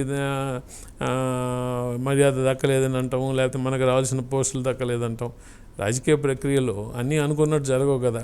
సో దానికి ఒక మెకానిజం అంటూ ఏర్పరచుకొని ఆ మెకానిజం ప్రకారం పోవాలి. కానీ మనం రోడ్డు ఎక్కామనుకోండి, రోడ్డు మీద ఎక్కేసి ధర్నాలు చేస్తే ఇది అంతం ఉండదు. సో దాని గురించి కొంచెం సీనియర్ నాయకుడు కాబట్టి ఆయన అంత చేసి ఉండకూడదని ఒక ఆలోచనతో ఆయన సస్పెండ్, అంటే పార్టీ యాక్టివిటీ కొన్ని రోజులు మీరు ఉండండి దూరంగా అని చెప్పడం జరిగింది. ఇక తర్వాత రివ్యూ చేస్తున్నారు దాన్ని. టిట్కో ఇళ్ళ విషయంలో జరిగిన డ్యామేజ్ క్లియరెన్స్కి మీరు ఎలాంటి చర్యలు చేపడుతున్నారు? అంటే ఈ డ్రైనేజ్, వాటర్ ఫెసిలిటీస్, లైటింగ్ విషయంలో ఎలాంటి చర్యలు తీసుకోబోతున్నారు సార్? అంటే మనం ఇప్పుడు అదే చెప్పే కదండి, మేము ఒక ఎస్టిమేట్కి వచ్చాం, 6,500 కోట్లు ఉంటే ఇవన్నీ కంప్లీట్ చేయొచ్చు అని. సో మనకి ఇవాళ ఎవరికైతే లబ్ధిదారులు ఉన్నారో వాళ్ళ కానీ గవర్నమెంట్ అంటే బ్యాంకులు ఇవ్వాల్సిన లోన్ కానీ వస్తే దాదాపు ఒక 1,200-1,400 కోట్ల దాకా వస్తాయి మనకు. ఇంకో 4,500 కోట్లు మనం లోన్ అప్లై చేసుకొని ఈ రెండు కానీ వస్తే ఖచ్చితంగా కూడా మనం కంప్లీట్ చేసి ఇవ్వాలని ఒక పథకంతోనే ఉన్నాం. ఇవాళ అంటే ఛాలెంజెస్ మీరు చెప్పారు కదా, ఎటువంటి ఛాలెంజెస్ అంటే బ్యాంకు కొంచెం లోన్ ఇచ్చున్నది కొంతమందికి, ఎన్పిఏలు అయిపోయినాయి. ఇప్పుడు ఏమంటారు, మిగిలిన వాళ్ళకి మేము ఇవ్వం, ఎందుకంటే మీ టిడ్కో ఇళ్ళంతా ఎన్పిఎస్ అవుతున్నాయి అంటున్నారు. ఎందుకు ఎన్పిఏలు అయినాయి? వాళ్ళకి ఇళ్ళు ఇస్తే కదా కట్టాల్సిన వాళ్ళు. బ్యాంకు రుణం అయితే తీసుకున్నాం కానీ ఇల్లు వాళ్ళకి డెలివరీ చేయలే, వాళ్ళు ఎందుకు కడతారు ఇల్లు లేకుండా ఈఎంఐలు? సో ప్రభుత్వం అటువంటి వాళ్ళు ఎంతమంది ఉన్నో గణించి దాదాపు 40,000 పైన ఉంటే వాళ్ళకి తరఫున ఇప్పటికీ మనం 140 కోట్లు కట్టి ఎన్పిఏ ప్రాబ్లం నుంచి గట్టెక్కడానికి ట్రై చేస్తున్నాం. మనం ఎన్పిఏ ప్రాబ్లం నుంచి గట్టెక్కడానికి డబ్బులు ఇస్తే మాత్రం సరిపోలే. వాళ్ళ వ్యూ ఏం తీసుకున్నారు, మీది కరెక్ట్గా లేదు ఈ సిస్టమ్, మేము ఈ గృహాలకి రుణాలు ఇవ్వని చెప్పి పెద్ద స్టేట్ బ్యాంక్ ఇట్లేదు, కెనరా బ్యాంక్ ఇట్లేదు, బ్యాంక్ ఆఫ్ బరోడా ఇట్లేదు, పెద్ద పెద్ద బ్యాంకులంతా రుణాలు ఆపేస్తున్నాయి. సో మేము ఇవాళ దాన్ని ముఖ్యమంత్రి గారి దృష్టికి తీసుకుపోయి ఈ ఎస్ఎల్బి మీటింగుల్లో వారి చేత మాట్లాడించి, పార్లమెంటరీ కమిటీ మొన్న వస్తే అక్కడ తీసుకుపోయి రిప్రజెంటేషన్ ఇచ్చాం. సో ఇటువంటి ప్రతి ఒక్కటి. తర్వాత రిజిస్ట్రేషన్స్ చేయలే. ఇప్పుడు బ్యాంకుకి లోన్ ఇస్తే మనం మార్టిగేజ్ చేయాలా, సో మార్టిగేజ్లు కంప్లీట్ కాలే. సో దాన్ని ఒక పెద్ద ప్రక్రియగా తీసుకొని ప్రతి ఒక్క ఊరు పోయి మార్టిగేజ్ చేయిస్తున్నాం ఇవాళ. అంటే ఎంత ఘోరంగా చేశారంటే ఏ పద్ధతి క్రమం లేకుండా బ్యాంకులు కూడా అట్టిచ్చాయి. ఆ రోజైతే ఇచ్చేసాయి, ఇప్పుడు మన వాళ్ళు అడుగుతున్నాయి మీరు మార్టిగేజ్ చేయలేదని. సో దాదాపు 70,000 ఇళ్ళు మార్టిగేజెస్ అవుతున్నాయి ఇప్పుడు బ్యాంకులకి. సో ప్రతి ఒక్కటి మనం లైన్ ఐటమ్గా తీసుకొని ఇవి చేయాలా, ఇది కంప్లీట్ చేయాలా ఈ టైం లోపల, ఈ బ్యాంకులు లోన్లు లేదు ఇవ్వకపోతే ఏ విధంగా చేయించాలి వాళ్ళ చేత. సో ఆల్రెడీ లోన్స్ తీసుకున్న వాళ్ళకి ఇల్లు ఎప్పుడు కంప్లీట్ చేసి ఇవ్వాలా, ఈ విధంగా చేసుకొని మనం 100% ఆ లైన్ మీద డే టు డే చూసుకుంటున్నామండి వర్కింగ్. రైట్. మీకు అందుతున్న సాయం ఎలా ఉంది? కేంద్ర రాష్ట్ర ప్రభుత్వాల నుంచి ఫండింగ్ ఎలా ఉంది టిట్కో ఇళ్ళ విషయంలో? అంటే ఇంకా స్టేట్ రాదండి, సెంటర్ నుంచి లాగేసి తీసుకున్నంతా తీసుకున్నారు. ఇంకా ఫ్రెష్గా లోన్ తీసుకోవడమే. ఇప్పుడు యాక్చువల్గా ఎంతైతే అవుట్లో ఉండిందో అవుట్లేలో అంతా వాడేసి మనం కంప్లీట్ చేయాలి ప్రాజెక్ట్ని. ఇవాళ ఫ్రెష్ లోన్ పోవాల్సి వస్తుంది. అదన భారమే ఇది మనకు. తప్పదు. కాకపోతే ఏంటంటే ఇంత చేసి 1700 కోట్లు 17,000 కోట్లు ఖర్చు పెట్టి ఇల్లు ఇవ్వకుండా ఉండలేం కదా. అవును. అందులో ప్రజలతో కూడింది, ప్రజా సమస్యలతో కూడింది. సో అది ఇంక మరి ఏమైనా కానీ తప్పదు. ఇట్స్ ఏ నెససరీ ఈవిల్ అంటారు ఇంగ్లీష్లో, ఆ విధంగా. భవిష్యత్తులో కొత్త టౌన్షిప్లు ఏమైనా ప్లాన్ చేస్తున్నారా సార్? ఇంకా ఈ విధంగా పెద్ద పెద్ద టౌన్షిప్స్ ప్లానింగ్లో ఉండవండి. యాక్చువల్గా అమరావతిలో మొన్న అమరావతికి సిఆర్డిఏ వాళ్ళు కింద చేసినప్పుడు లోన్స్ శాంక్షన్ చేయడానికి బ్యాంక్స్ కానీ వరల్డ్ బ్యాంక్ ఏదో వచ్చినాయి కదా. సో వాళ్ళందరూ ఏమన్నారంటే ఇక్కడున్న వర్క్ ఫోర్స్కి ఇళ్ళు ఏ విధంగా చేస్తున్నారు మీరు అని. ఇక్కడ వర్క్ ఫోర్స్ బాగా ఫామ్ అవుతుంది కదా, అంటే దాని గురించి కూడా ఒక డిసిషన్ తీసుకొని ఇక మీద నుంచి will go vertical. So next రాబోయే ఏదైనా ఇప్పుడు అన్నీ కూడా మా యుగాంటి టిడ్కో కాలనీస్ చూస్తే 20 ఎకరాల నుంచి 100 ఎకరాల దాకా ఉంటాయి. ఇంకా అట్లా కాదు, 3 ఎకరాలు 5 ఎకరాల్లో 10 ఫ్లోర్స్ 12 ఫ్లోర్స్ పోయి ఎక్కడ అవసరమో అక్కడ కరెక్ట్గా ఆ ఏరియా జనాలకి అక్కడికే అలొకేట్ చేసే విధంగా చేసేటట్టు వర్టికల్గా పోయి వర్టికల్ టవర్స్లో కట్టేసి ఇచ్చేయాలని చెప్పేది ఉంటుంది. ఇది కంప్లీట్ చేస్తే డెఫినెట్లీ నెక్స్ట్ వాటి జోలికి వస్తుంది. గతంలో చంద్రబాబు గారు చెప్పారు అధికారంలోకి వచ్చినప్పుడు మళ్ళీ అధికారంలోకి వస్తే ఇవన్నీ కంప్లీట్ అయ్యి ఫుల్ ఫ్లెడ్జ్డ్గా ఉండేది. కానీ వైఎస్ఆర్సీపీ ప్రభుత్వం రావడంతో చాలా సంవత్సరాలు వెనక్కి వెళ్ళిపోయాం. ఇప్పుడు విజన్ 2047 అని, P4 విధానాలని, పేదరికం అంటే ఒక పేదవాడి కళ ఇప్పుడు క్యాపిటల్లో అమరావతి నగరంలో నెరవేరుతుందని అనుకోవచ్చా? ఖచ్చితంగా చేయాల్సిన అవసరం ఉందండి. మన రాష్ట్రం 2014లో డివైడ్ అయ్యి ఏపీ స్టేట్ రీఆర్గనైజేషన్ బిల్ అని దాని కింద ఈ ఉమ్మడి రాష్ట్రాన్ని 2 రాష్ట్రాలుగా వేరు చేశారు, తెలంగాణ ఆంధ్రప్రదేశ్. 10 ఏళ్ల తర్వాత ఇంకా మనం క్యాపిటల్ లేకపోతే ఎట్టండి. నేను ఒక దుబాయ్లో లాస్ట్ 1 వీక్ ఉండొచ్చినాను. సో నేను ఫస్ట్ దుబాయ్ 1997 98లో వెళ్ళానండి. మొన్న 2023లో ఒకసారి వెళ్ళొచ్చాను, మళ్ళీ ఇప్పుడు వెళ్ళాను. ఆ డెవలప్మెంట్ చూస్తుంటే మనకి ఏమనిపిస్తుంది, ఒక విజన్ చంద్రబాబు నాయుడు గారికి ఉండేది అదే విజన్. ఒక విజన్ ఎంత దూరం తీసుకోపోద్ది ఒక రాష్ట్రాన్ని, ఒక దేశాన్ని. ఇప్పుడు యుఏఈ దాన్ని వాళ్ళు ఎడారి, దుబాయ్ అనేది బేసికలీ దాంట్లో ఆయిల్ కూడా లేదు. మీకు యునైటెడ్ అరబ్ ఎమిరేట్స్ అనేది 7 దీంట్లో ఒక అబుదాబీకే ఆయిల్ ఉంది, దుబాయ్లో ఆయిల్ లేదు. కానీ ఆయిల్ లేకుండా ట్రేడింగ్ మీద వాళ్ళ విజన్తో ప్రపంచంలోనే మహానగరంగా తీర్చిదిద్దారు దాన్ని, దుబాయ్ని. వాళ్ళు ఎవరు పోయించినా మనం ఆశ్చర్యపోవాల్సిందే. మనకు 10 ఏళ్ళు అయింది, 11 ఏళ్ళు అవుతుంటే ఒక క్యాపిటల్ లేకుండా ఇంత పెద్ద రాష్ట్రానికి, ఇంత పెద్ద దేశంలో అనేది చాలా విచారకరం. సో ఖచ్చితంగా కూడా క్యాపిటల్ కట్టాల్సిందే, ఆ కళ సాకారం చేయాల్సిందే మన క్యాపిటల్. అది ఒక పేద ప్రజలది ఎందుకండి, మన రాష్ట్ర ప్రజలందరికీ కూడా అది ఒక అమరావతి అనేది ఒక కళే కదా, ఒక రాష్ట్రం, ఒక క్యాపిటల్ అనేది. టిడ్కో కాలనీస్ ఈ ఇల్లులు అనేవి పెద్ద సముదాయాలు. సేఫ్టీ విషయంలో మీరు ఎలాంటి జాగ్రత్తలు తీసుకుంటున్నారు? ఈ సీసీ కెమెరాలు కావచ్చు, భద్రతకి సంబంధించి. మేము అంటే టిడ్కో మీద ఫస్ట్ ఎప్పుడైతే ఈ లా అండ్ ఆర్డర్ ప్రాబ్లం అందరికి వచ్చిందో, నెల్లూరులో పోయి ఎస్పీ గారిని కలిసి అర్జెంటుగా మాకు ఒక స్టేషన్ శాంక్షన్ చేశారు. It's almost ready now, opening అవుతుంది. కానీ ఒక్క ఊర్లో కాదు కదా, ఈ ప్రాబ్లం స్టేట్ మొత్తం ఉంది. సో నేను మా ఎండి గారు కొన్ని ప్రపోజల్స్ తీసుకొని హోమ్ మినిస్టర్ గారిని కలవడం జరిగింది. హోమ్ మినిస్టర్ గారిని ఏం అడిగామంటే, ఎక్కడైతే మోర్ దాన్ 2000 హౌసెస్ ఉన్నాయో ఒక పోలీస్ అవుట్ పోస్ట్ లాగా పెట్టండి. 5000 అండ్ అబోవ్ కానీ ఉంటే స్టేషన్కి ఎలిజిబుల్ అవుతాం. సో ఒక స్టేషన్ శాంక్షన్ చేయండి.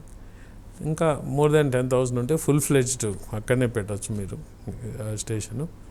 ఇవి కాకుండా మీరు ఈ సీసీ కెమెరాస్ మన స్టేట్ మొత్తం మీద దాన్ని ఒక పోలీసు వాళ్ళు ఒక సర్వే కండక్ట్ చేసి సీసీ కెమెరాస్ ఎక్కడ పెట్టాలా, ఎంత బడ్జెట్ అవుతుందని చెప్పి చూస్తుంటే టిడ్కో కాలనీస్ కూడా ఆ సీసీ కెమెరాస్ దీంట్లోకి తీసుకొచ్చి అక్కడ కూడా ప్రభుత్వ ఖర్చుతో సీసీ కెమెరాలు పెట్టే విధంగా చేయమని చెప్పి 2. 3వది వచ్చి డ్రోన్ కెమెరాస్ టెక్నాలజీ. ఈ ఎంతమందిని పెట్టినా మీకు ఆ కాలనీ ఏరియా చాలా పెద్దది కాబట్టి పోలీసింగ్లో మనుషులు కష్టం. సో డ్రోన్ వ్యవస్థ కూడా టిడ్కో కాలనీస్కి ఎక్కడ అవసరమో అక్కడ పెట్టి చేయండి అని ఈ 3 విషయాల్ని మన హోమ్ మినిస్టర్ అనిత గారి దృష్టికి తీసుకుపోవడం, ఆమె ఇమ్మీడియట్గా చాలా పాజిటివ్గా స్పందించి దాన్ని రికమెండ్ చేసి మీరు డీజీపీ గారితో కూడా పోయి మాట్లాడండి, నేను కూడా చెప్తానని చెప్తే, అలాగే నేను మా ఎండి గారు పోయి డీజీపీ గారు పాత డీజీపీ గారిని కలిసాం. తర్వాత ఇప్పుడు డీజీపీ మారి కొత్త డీజీపీ గారిని కూడా నేను పోయి కలిసి ఈ విషయం వారికి చెప్పి వాళ్ళకు కాపీ ఇవ్వడం జరిగింది. సో లా అండ్ ఆర్డర్ పెంచడానికి మనం ఒకటి వచ్చి అక్కడ ఎక్కువ జనాలు చేరితే ఆటోమేటిక్గా ఈ అసాంఘిక చర్యలు తగ్గుతాయి. దానికి తోడు పోలీసులు ఒక అవుట్ పోస్ట్ కానీ ఒక స్టేషన్ కానీ పెట్టడం, సీసీ కెమెరాలు పెట్టడం, అలాగే డ్రోన్ టెక్నాలజీ వాడి డ్రోన్ సర్వేలెన్స్ కూడా తీసుకురావడం, ఇటువంటి వాటిని మేము ప్రపోజ్ చేస్తున్నాను లా అండ్ ఆర్డర్ పెంచడానికి. రైట్. ఇంకా ఈ టిట్కో కాలనీలో ఉండేటువంటి నివాసితుల నిబంధనలు ఎలా ఉండబోతున్నాయి? అంటే టిట్కో కాలనీస్ కంప్లీట్ అయితే రెసిడెంట్ వెల్ఫేర్ అసోసియేషన్స్ చేయాల్సిన బాధ్యత అక్కడ ఉన్న వాళ్ళది ఉంటుందండి. ఓకే. అయితే మనకు one of the things TIDCO కింద వాళ్ళని ట్రైన్ చేసే ఒక ఇది కూడా మాకున్న చర్య. సో రెసిడెంట్ వెల్ఫేర్ అసోసియేషన్స్ని ఏ విధంగా పెట్టుకోవాలి, మీరు మీ బైలాస్ ఎట్టుండాలా, మీరు ఏ విధంగా వీటిని నడుపుకోవాలా అని చెప్పి ట్రైన్ చేసే ఒక బాధ్యత కూడా మెప్మా మనం కలిసి చేయాల్సి ఉంది. మనం ఇవే కాకుండా ఒక నిజంగా కంప్లీట్లు అయితే దీనికి కొన్ని లోకల్ ఎకానమీస్ అక్కడ బిజినెస్లు పెరగడానికి సో మరి మెప్మా కింద కానీ వీళ్ళ కింద కానీ తీసుకొని ట్రైనింగ్, అంటే ఇప్పుడు కుట్టు అంటే లేడీస్కి కావాల్సినవి వాళ్ళకి ఏమేమి ఉద్యోగాలు చేసుకోవచ్చు, సెల్ఫ్ ఎంప్లాయ్మెంట్ కింద వాళ్ళు ఏం చేసుకోవచ్చు, కుట్టు మిషన్లు కానీ లేదు రకరకాలవి, అట్లా plumbing, auto mechanic, electrician, TV mechanics, మన సీసీటీవీ చేసేవాళ్ళు, ఇటువన్నీ కూడా అటువంటివి ట్రైన్ చేసి అక్కడ మనమే వ్యాపార సముదాయాలు చిన్న చిన్న కొట్లు కట్టించి అట్ వెరీ సబ్సిడైజ్ రేట్స్ ఇవ్వాలని చెప్పి. అసలు యాక్చువల్లీ టిట్కోలో అయితే మహిళా సూపర్ మార్కెట్స్, డీమార్ట్స్ లాగా super markets operated only by women కట్టేది కూడా చాలా దగ్గర కట్టున్నారు, వదిలేసినారు. అంటే అవి ఎందుకు పనికి వస్తాయి, జనాలు అక్కడ వచ్చినప్పుడే కదా పనికి వస్తాయి. సో ఇటువంటివన్నీ కూడా చేయడం, వాళ్ళని ట్రైన్ చేసి అక్కడే మనం సముదాయాలాగా కట్టించి వాళ్ళకి free of cost or very subsidized కాస్ట్లు ఇచ్చి అక్కడే వ్యాపారాలు చేసుకునే విధంగా చేసేది. ఇటువంటివి కూడా ఎకనామిక్ యాక్టివిటీ కూడా ప్లాన్ చేసేది. ఇంటర్నెట్ ఇది అనేది కూడా ఈ మధ్యకాలంలో వాడకం ఎక్కువైపోయింది. సిటీ బ్యూటిఫికేషన్ విషయం కూడా ఇప్పుడు మనం మాట్లాడుకోవాలి. సుందరీకరణ, ఈ వైరింగ్ సిస్టమ్ ఇదంతా కూడా తెలంగాణలో కూడా మనం చూస్తున్నాం, వాటిని కట్ చేసినట్టు పరిస్థితి. సో అలాంటి ఇబ్బందులు ఏం రాకుండా ఎలాంటి ప్లానింగ్ ఉంది అమరావతి విషయంలో? అమరావతి విషయంలో అండి అది I'm not qualified to talk about Amaravati. But అయితే నాకు ఒక్కటి నేను చెప్తానండి, we will definitely bring in the latest. అంటే మనము ఒకప్పుడు కేబుల్ టీవీ అనేది వస్తుండేది. సో ఈ కేబుల్కి ఏంటంటే ఈ కాంపిటీషన్తో ఎవరికి వాళ్ళు వైర్ లాగేయడం, there was no rules and regulations. ఎక్కడ పడితే అక్కడ వైర్ లాగేసేవాళ్ళు. ఎలక్ట్రిక్ స్తంభాలను వాడుకున్నారు, చెట్లను వాడుకున్నారు, వీళ్ళలోంచి మనకున్న వాటిని అంతా వాడేశారు, ఎవరు అడిగేది లేదు. ఇప్పుడు అటువంటివి ఉండవు. ఓకే, ఇంటర్నెట్ కానీ కేబుల్ కానీ ఇది ఏదైతే ఈ మాధ్యమాలు ఉన్నాయో అవి ప్రతి ఒక్క ఇళ్లలో ఇవాళ చొరబడిపోయినాయి. సో దానికి మనకి ఎట్టయితే అండర్ గ్రౌండ్ కేబులింగ్ వస్తున్నదో వితౌట్ పర్మిషన్ వేయకుండా చేసేది, ఇటువంటివి చేసేవి ఖచ్చితంగా తిరుగుతాయి. మా టిట్కో దగ్గరికి వచ్చేసరికి will make sure that resident welfare అసోసియేషన్ని ట్రైన్ చేసి జాగ్రత్తగా వాళ్ళు, ఎందుకంటే వీటికి అన్నీ ప్రొవైడ్ చేస్తున్నారు, కేబుల్స్కి వాటికి అంతా కూడా వాటికి కావాల్సిన చోటు ప్రొవైడ్ చేస్తే దాంట్లో నుంచే పోయేటట్టు చేసే విధంగా చేస్తాం. సార్, గతంలో టీడీపీ ఉన్నప్పుడు ఈ టిట్కో ఇళ్ల నిర్మాణానికి సంబంధించి అంతా కూడా కంప్లీట్ అయిన స్టేజ్లో తర్వాత వైఎస్ఆర్సీపీ ప్రభుత్వం రావడం, వాళ్ళు వాటిని రకరకాలుగా కోవిడ్ టైంలో వాడుకోవడం, అవి తర్వాత కొన్ని అసాంఘిక కార్యకలాపాలకు అడ్డాగా మారడం, రంగులు మార్చడం, ఇవంతా జరిగింది. మరి వాళ్ళ జగనన్న కాలనీలని ఏర్పాటు చేశారు. ఆ కాలనీల పరిస్థితి ఏంటి సార్ ప్రజెంట్? ఇప్పుడు మీరు విజిట్ చేశారా? మీకు అంటే నేను మాది నేటివ్ ప్లేస్ నెల్లూరు అండి. సో వెంకటేశ్వరపురం అని నెల్లూరు పోతుంటే మెయిన్ రోడ్ మీదే రైట్ హ్యాండ్ సైడ్ కనిపిస్తాయి పెద్ద కాలనీ, దాదాపు 10,000 ఇళ్ళు దాకా ఉన్నట్టు, 4-5,000, 10,000 కాదు 4-5,000. సో ఆ పోయే ముందర ఆ ఎంట్రన్స్ అంతా కూడా చాలా పెద్ద ల్యాండ్ ఉండింది. సో ఆ ల్యాండ్ అంతా వాళ్ళు తీసేసుకొని జగనన్న కాలనీలు చెప్పి చిన్న చిన్న హట్మెంట్స్ లాగా చేసి పెట్టేసినారు. దాంట్లో ఒక్కడు లేడు. ఇవాళ అవి కూలిపోతున్నాయి. ఇవాళ యాక్చువల్ పరిస్థితి ఏంటంటే అదొక స్కామ్. దాన్ని ఎవరికో వాళ్ళకి కావాల్సిన వాళ్ళకి ఇచ్చేసి కట్టేయమని బిల్లులు ఇచ్చేసి అవి పనికి మాలకుండా కట్టి, అంటే ఏమాత్రం నివాస యోగ్యం లేకుండా, ఏమాత్రం క్వాలిటీ లేకుండా కట్టేసి అవన్నీ కూలిపోతున్నాయి. సో ప్రజాధనాన్ని దోపిడీ చేయడానికి ఎన్ని రకాల మార్గాలనే అన్ని రకాల నుంచి దోపిడీ చేశారు. ఓకే, సో ఇవాళ దాన్ని మనం యాక్చువల్గా ఏంటంటే యాక్షన్ తీసుకోవాలి కట్టిన వాళ్ళ మీద. అవి ఖచ్చితంగా కూడా నివాస యోగ్యం లేవు, ఎవరు ఉన్నట్లే జగనన్న కాలనీస్లో. మీరు చాలా దగ్గర చూడండి ఇదే పరిస్థితి. సో వీటిని మనం అంటే మన ప్రభుత్వం ప్రస్తుతం పరిస్థితి ఏంటంటే అండి, ప్రభుత్వం నడపడమే కష్టమైన పరిస్థితి. ఖజానాన్ని మొత్తం దోపిడీ చేసేసారు. ప్రభుత్వం రావాల్సిన వనరుల మీద 10 ఏళ్ళ రావాల్సిన డబ్బుల మీద అప్పులు తీసుకొని ఖర్చు పెట్టేసినారు. సో ఇవాళ ఒక పక్క అభివృద్ధి, ఇంకో పక్క మనం ఏదైతే సంక్షేమ పథకాలు, ఈ రెంటిని బ్యాలెన్స్ చేసుకుంటూ మా ఇచ్చిన మాట తప్పకుండా ఈ ప్రభుత్వం రూపాయి జాగ్రత్తగా చేసుకుంటున్నారు కాబట్టి సో వాటి మీద కాన్సన్ట్రేట్ చేస్తున్నాం. వీళ్ళందరూ మా మీద అక్రమ కేసులు పెడుతున్నారు అంటున్నారు కదా.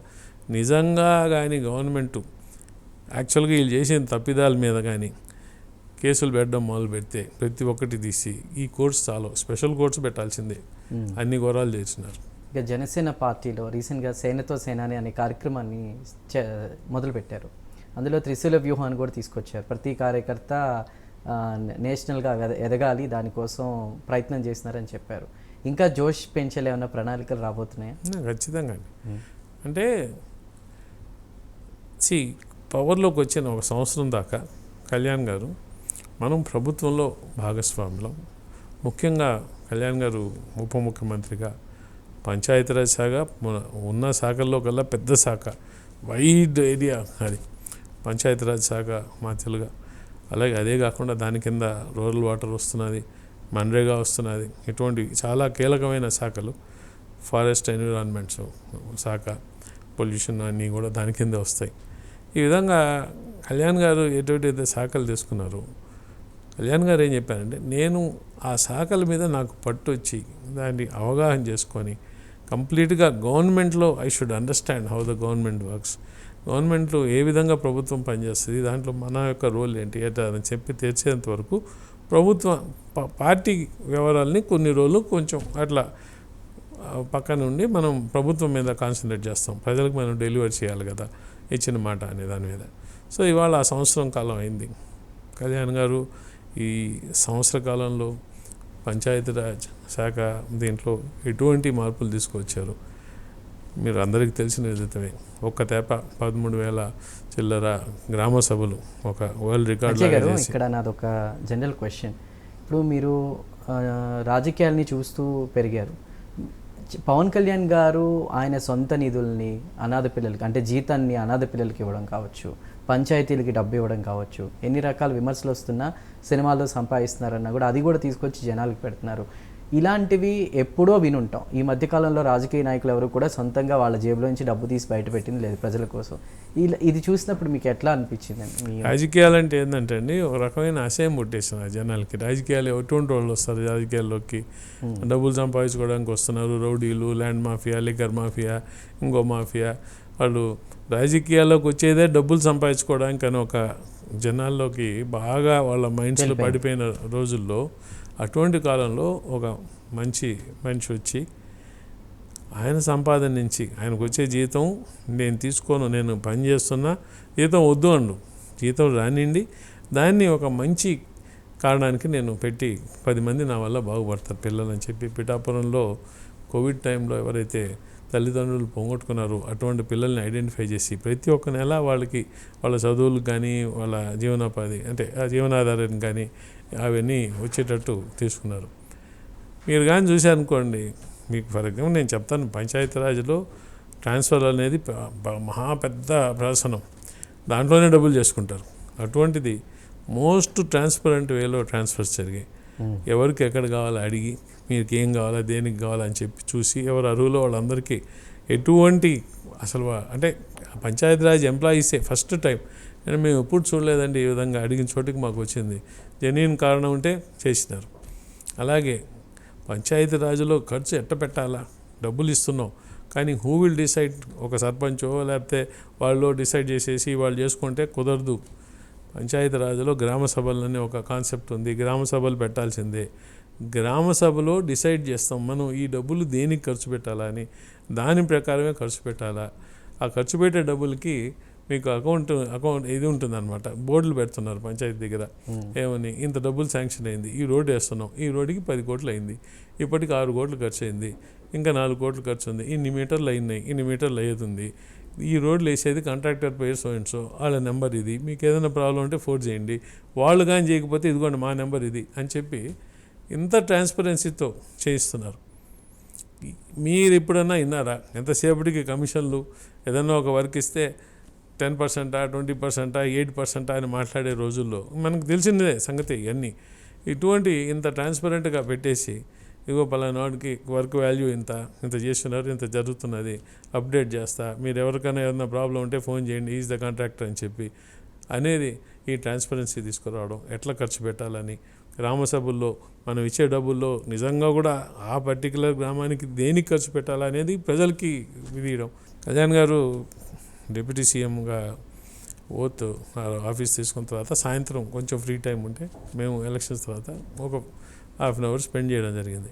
పంచాయతీరాజ్ శాఖ చాలా పెద్దది కదా, అంటే మనం గ్రామ స్వరాజ్యం అని విన్నా కదా, the concept of Gram Swaraj. మన దేశం ఇప్పటికి కూడా గ్రామాల మీద ఆధారపడిన దేశమే. మనం మన గ్రామాలని బాగు చేయకుండా దేశాన్ని బాగు చేయలేం. నా aim is to bring in the concept of Gram Swaraj. దాన్ని ఆ దిశలో వెళ్తున్నారు. సో కళ్యాణ్ గారు ఈ లాస్ట్ 1 yearగా ప్రభుత్వంలో ఏ విధంగా ఆయన మార్కు ఈ లెఫ్ట్ బిహైండ్ మనం చూడొచ్చు. ఏ విధంగా కళ్యాణ్ గారి మార్కు వచ్చింది గవర్నెన్స్లో చూస్తున్నాం మనం. ఎక్కడ కూడా ఆయన ప్రతి ఒక్కటి ఆలోచించి, ఎన్విరాన్మెంట్, ఇప్పుడు ఎండాకాలం వస్తే అంటే సకల జీవులకి చేయాల్సిన బాధ్యత మన మీద ఉంది కదా. సో ఈ వన్యజీవులకి, వన్యప్రాణులకి, నీళ్ళకి అర్జెంటుగా ఒక దాదాపు 30,000 ఈ వాటర్ ఇవి తీసుకొచ్చి నీళ్లు నింపితే ఆ పంచాయతీలకి చెప్పారు, మీరు నీళ్లు నింపి పెట్టాలా, అక్కడ వచ్చి అన్ని జంతువులు నీళ్లు తాగుతాయి, వాటి నుంచి మంచి నీళ్ళు ఏదంటే అది కాకుండా తాగడానికి తాగునీరు సౌకర్యం కల్పించాల్సిన బాధ్యత అని చెప్పి కట్టించారు. తర్వాత ఓవర్ నైట్ గోకుల్ షెడ్స్ అయితే ఎన్ని రకాలు, మన పశువులను మనం కాపాడుకోవాలి. డ్రైన్స్ అని అంటున్నారు కదా, ఈ డ్రైన్స్ని నీటికి మనం వృధా చేయకుండా ఎట్లా దీన్ని అంటే దాన్ని ఇప్పుడు వాటర్ కన్జర్వేషన్ అనమాట. మనకు ఆ బెడ్స్ ఏ విధంగా కింద ఎట్లా ఫిల్టర్ అయిపోతాయి లోపలికి, ఫిల్టర్ అయిపోయే టైంకి how it the sludge is filtered. బేసిక్గా వాటర్ కన్జర్వేషన్ టెక్నాలజీ అది. కాకపోతే ఏంటంటే ఎక్కడో ఒక దగ్గర మనం ఇంత ముందర ఏమంటామంటే ఇంకుడు గుంటలు అని చెప్పాం కదా. ఇంకుడు గుంటల్లో ఎట్లుంటాయి, మనం వాటర్ వస్తే ఫస్ట్ లెవెల్లో మనకు స్టోన్స్ వేస్తాము, దాని మీద కొంచెం మట్టి ఉంటుంది, దాని తర్వాత మళ్ళీ ఒక డిఫరెంట్ లెవెల్ ఆఫ్ ఇది 3-4 ఫిల్టర్. సో గ్రౌండ్ వాటర్ వాటర్ని ఇవి ఇంకినప్పుడు pure water will go and then they will go, ఇట్లా పారకుండా ఈ అంతే వాటరు దీంట్లోకి వస్తాయి. సో ఆ విధంగా అట్లా చేసుకుంటూ పోతే డ్రైనేజ్ వాటర్ కూడా మీకు ఒక పక్క మనం డ్రైనేజ్ని how do we separate good water from the sludge, it's by having different levels of అదే బయోఫిల్ట్రేషన్స్ అంటాం కదా. సో ఆ ఫిల్ట్రేషన్ని మన డ్రైనేజ్లో కూడా చేసుకుంటూ వాటర్ పోయేది ప్యూరిటీ ఆఫ్ వాటర్ పెంచడానికి. సో ఇలా ఎన్నో ఆలోచనలు, రకరకాల ఆలోచనలు మన ఎన్విరాన్మెంట్ గురించి, ఎట్లా మనం మన వీటిని పరిశుభ్రత పెంచాలా. మొన్న కూడా చదివాను, భావితరాలకి ఏమి ఇచ్చినా ఎగిపోయినా మంచి గుడ్ ఎయిర్, గాలి, నీరు ఇవ్వగలగాల, ఎట్లా దీనికి ప్రణాళిక అని అన్నారు. గిరిజనులకి ఎవ్వరూ పట్టించుకొని ఇన్నేళ్ల, ఇప్పుడు స్వాతంత్రం 1947 వస్తే ఈ రకరకాల ప్రభుత్వాలు ఉన్నాయి. ఇప్పటికి కూడా ఆ ఊర్లలో రోడ్లు లేక వాళ్ళు ఆ డోలు మూతలు ఇటువంటి వాటిలన్నీ ఆయన చూసి చలించి ఫస్ట్ నేను మాట్లాడకుండా ఎవరికి చెప్పలే నేను చేస్తాను, నా ప్రయారిటీ ఇదని ఆయన చేయాల్సింది చేసుకుంటూ వెళ్తూ ఉన్నారు. అటువంటి దగ్గర ఖచ్చితంగా కూడా ఇంకా జరగకూడదు, ఈ డోలి మూతలు ఏమన్నీ ఉండకూడదు. వాళ్ళకి ఎవ్రీ 20 ఇళ్ళు ఉంటే 20 ఏళ్ళకి రోడ్డు ఇస్తాం. ఎందుకంటే అక్కడంతా గిరిజనులకంతా చిన్న చిన్న హ్యామ్లెట్స్ ఉంటాయి, చాలా చిన్నవి ఉంటాయి, మళ్ళాగేమి 100 అట్లా ఉండవు. 20 ఇళ్ళు, 20-30 ఇళ్ళు అట్లా ఉంటాయి, అవి వాళ్ళ గుడ్సలు. ఓకే, వాటికి కూడా రోడ్డు అంటే ఒక డిప్యూటీ సీఎంగా రోడ్డు వాటి గురించి ఆలోచించి మళ్ళీ వాళ్ళకి పర్సనల్గా చెప్పులు అవన్నీ కూడా పంపించడం మనిషి యొక్క వ్యక్తిత్వం అండి. పవన్ కళ్యాణ్ గారి వ్యక్తిత్వం ఏంటంటే ఆయన వేరే మనిషిని, అంటే నేను చాలాసార్లు చెప్పా, ఆయన ఒక మనిషినే కాదు సకల జీవరాశుల్ని ప్రేమిస్తారు ఆయన.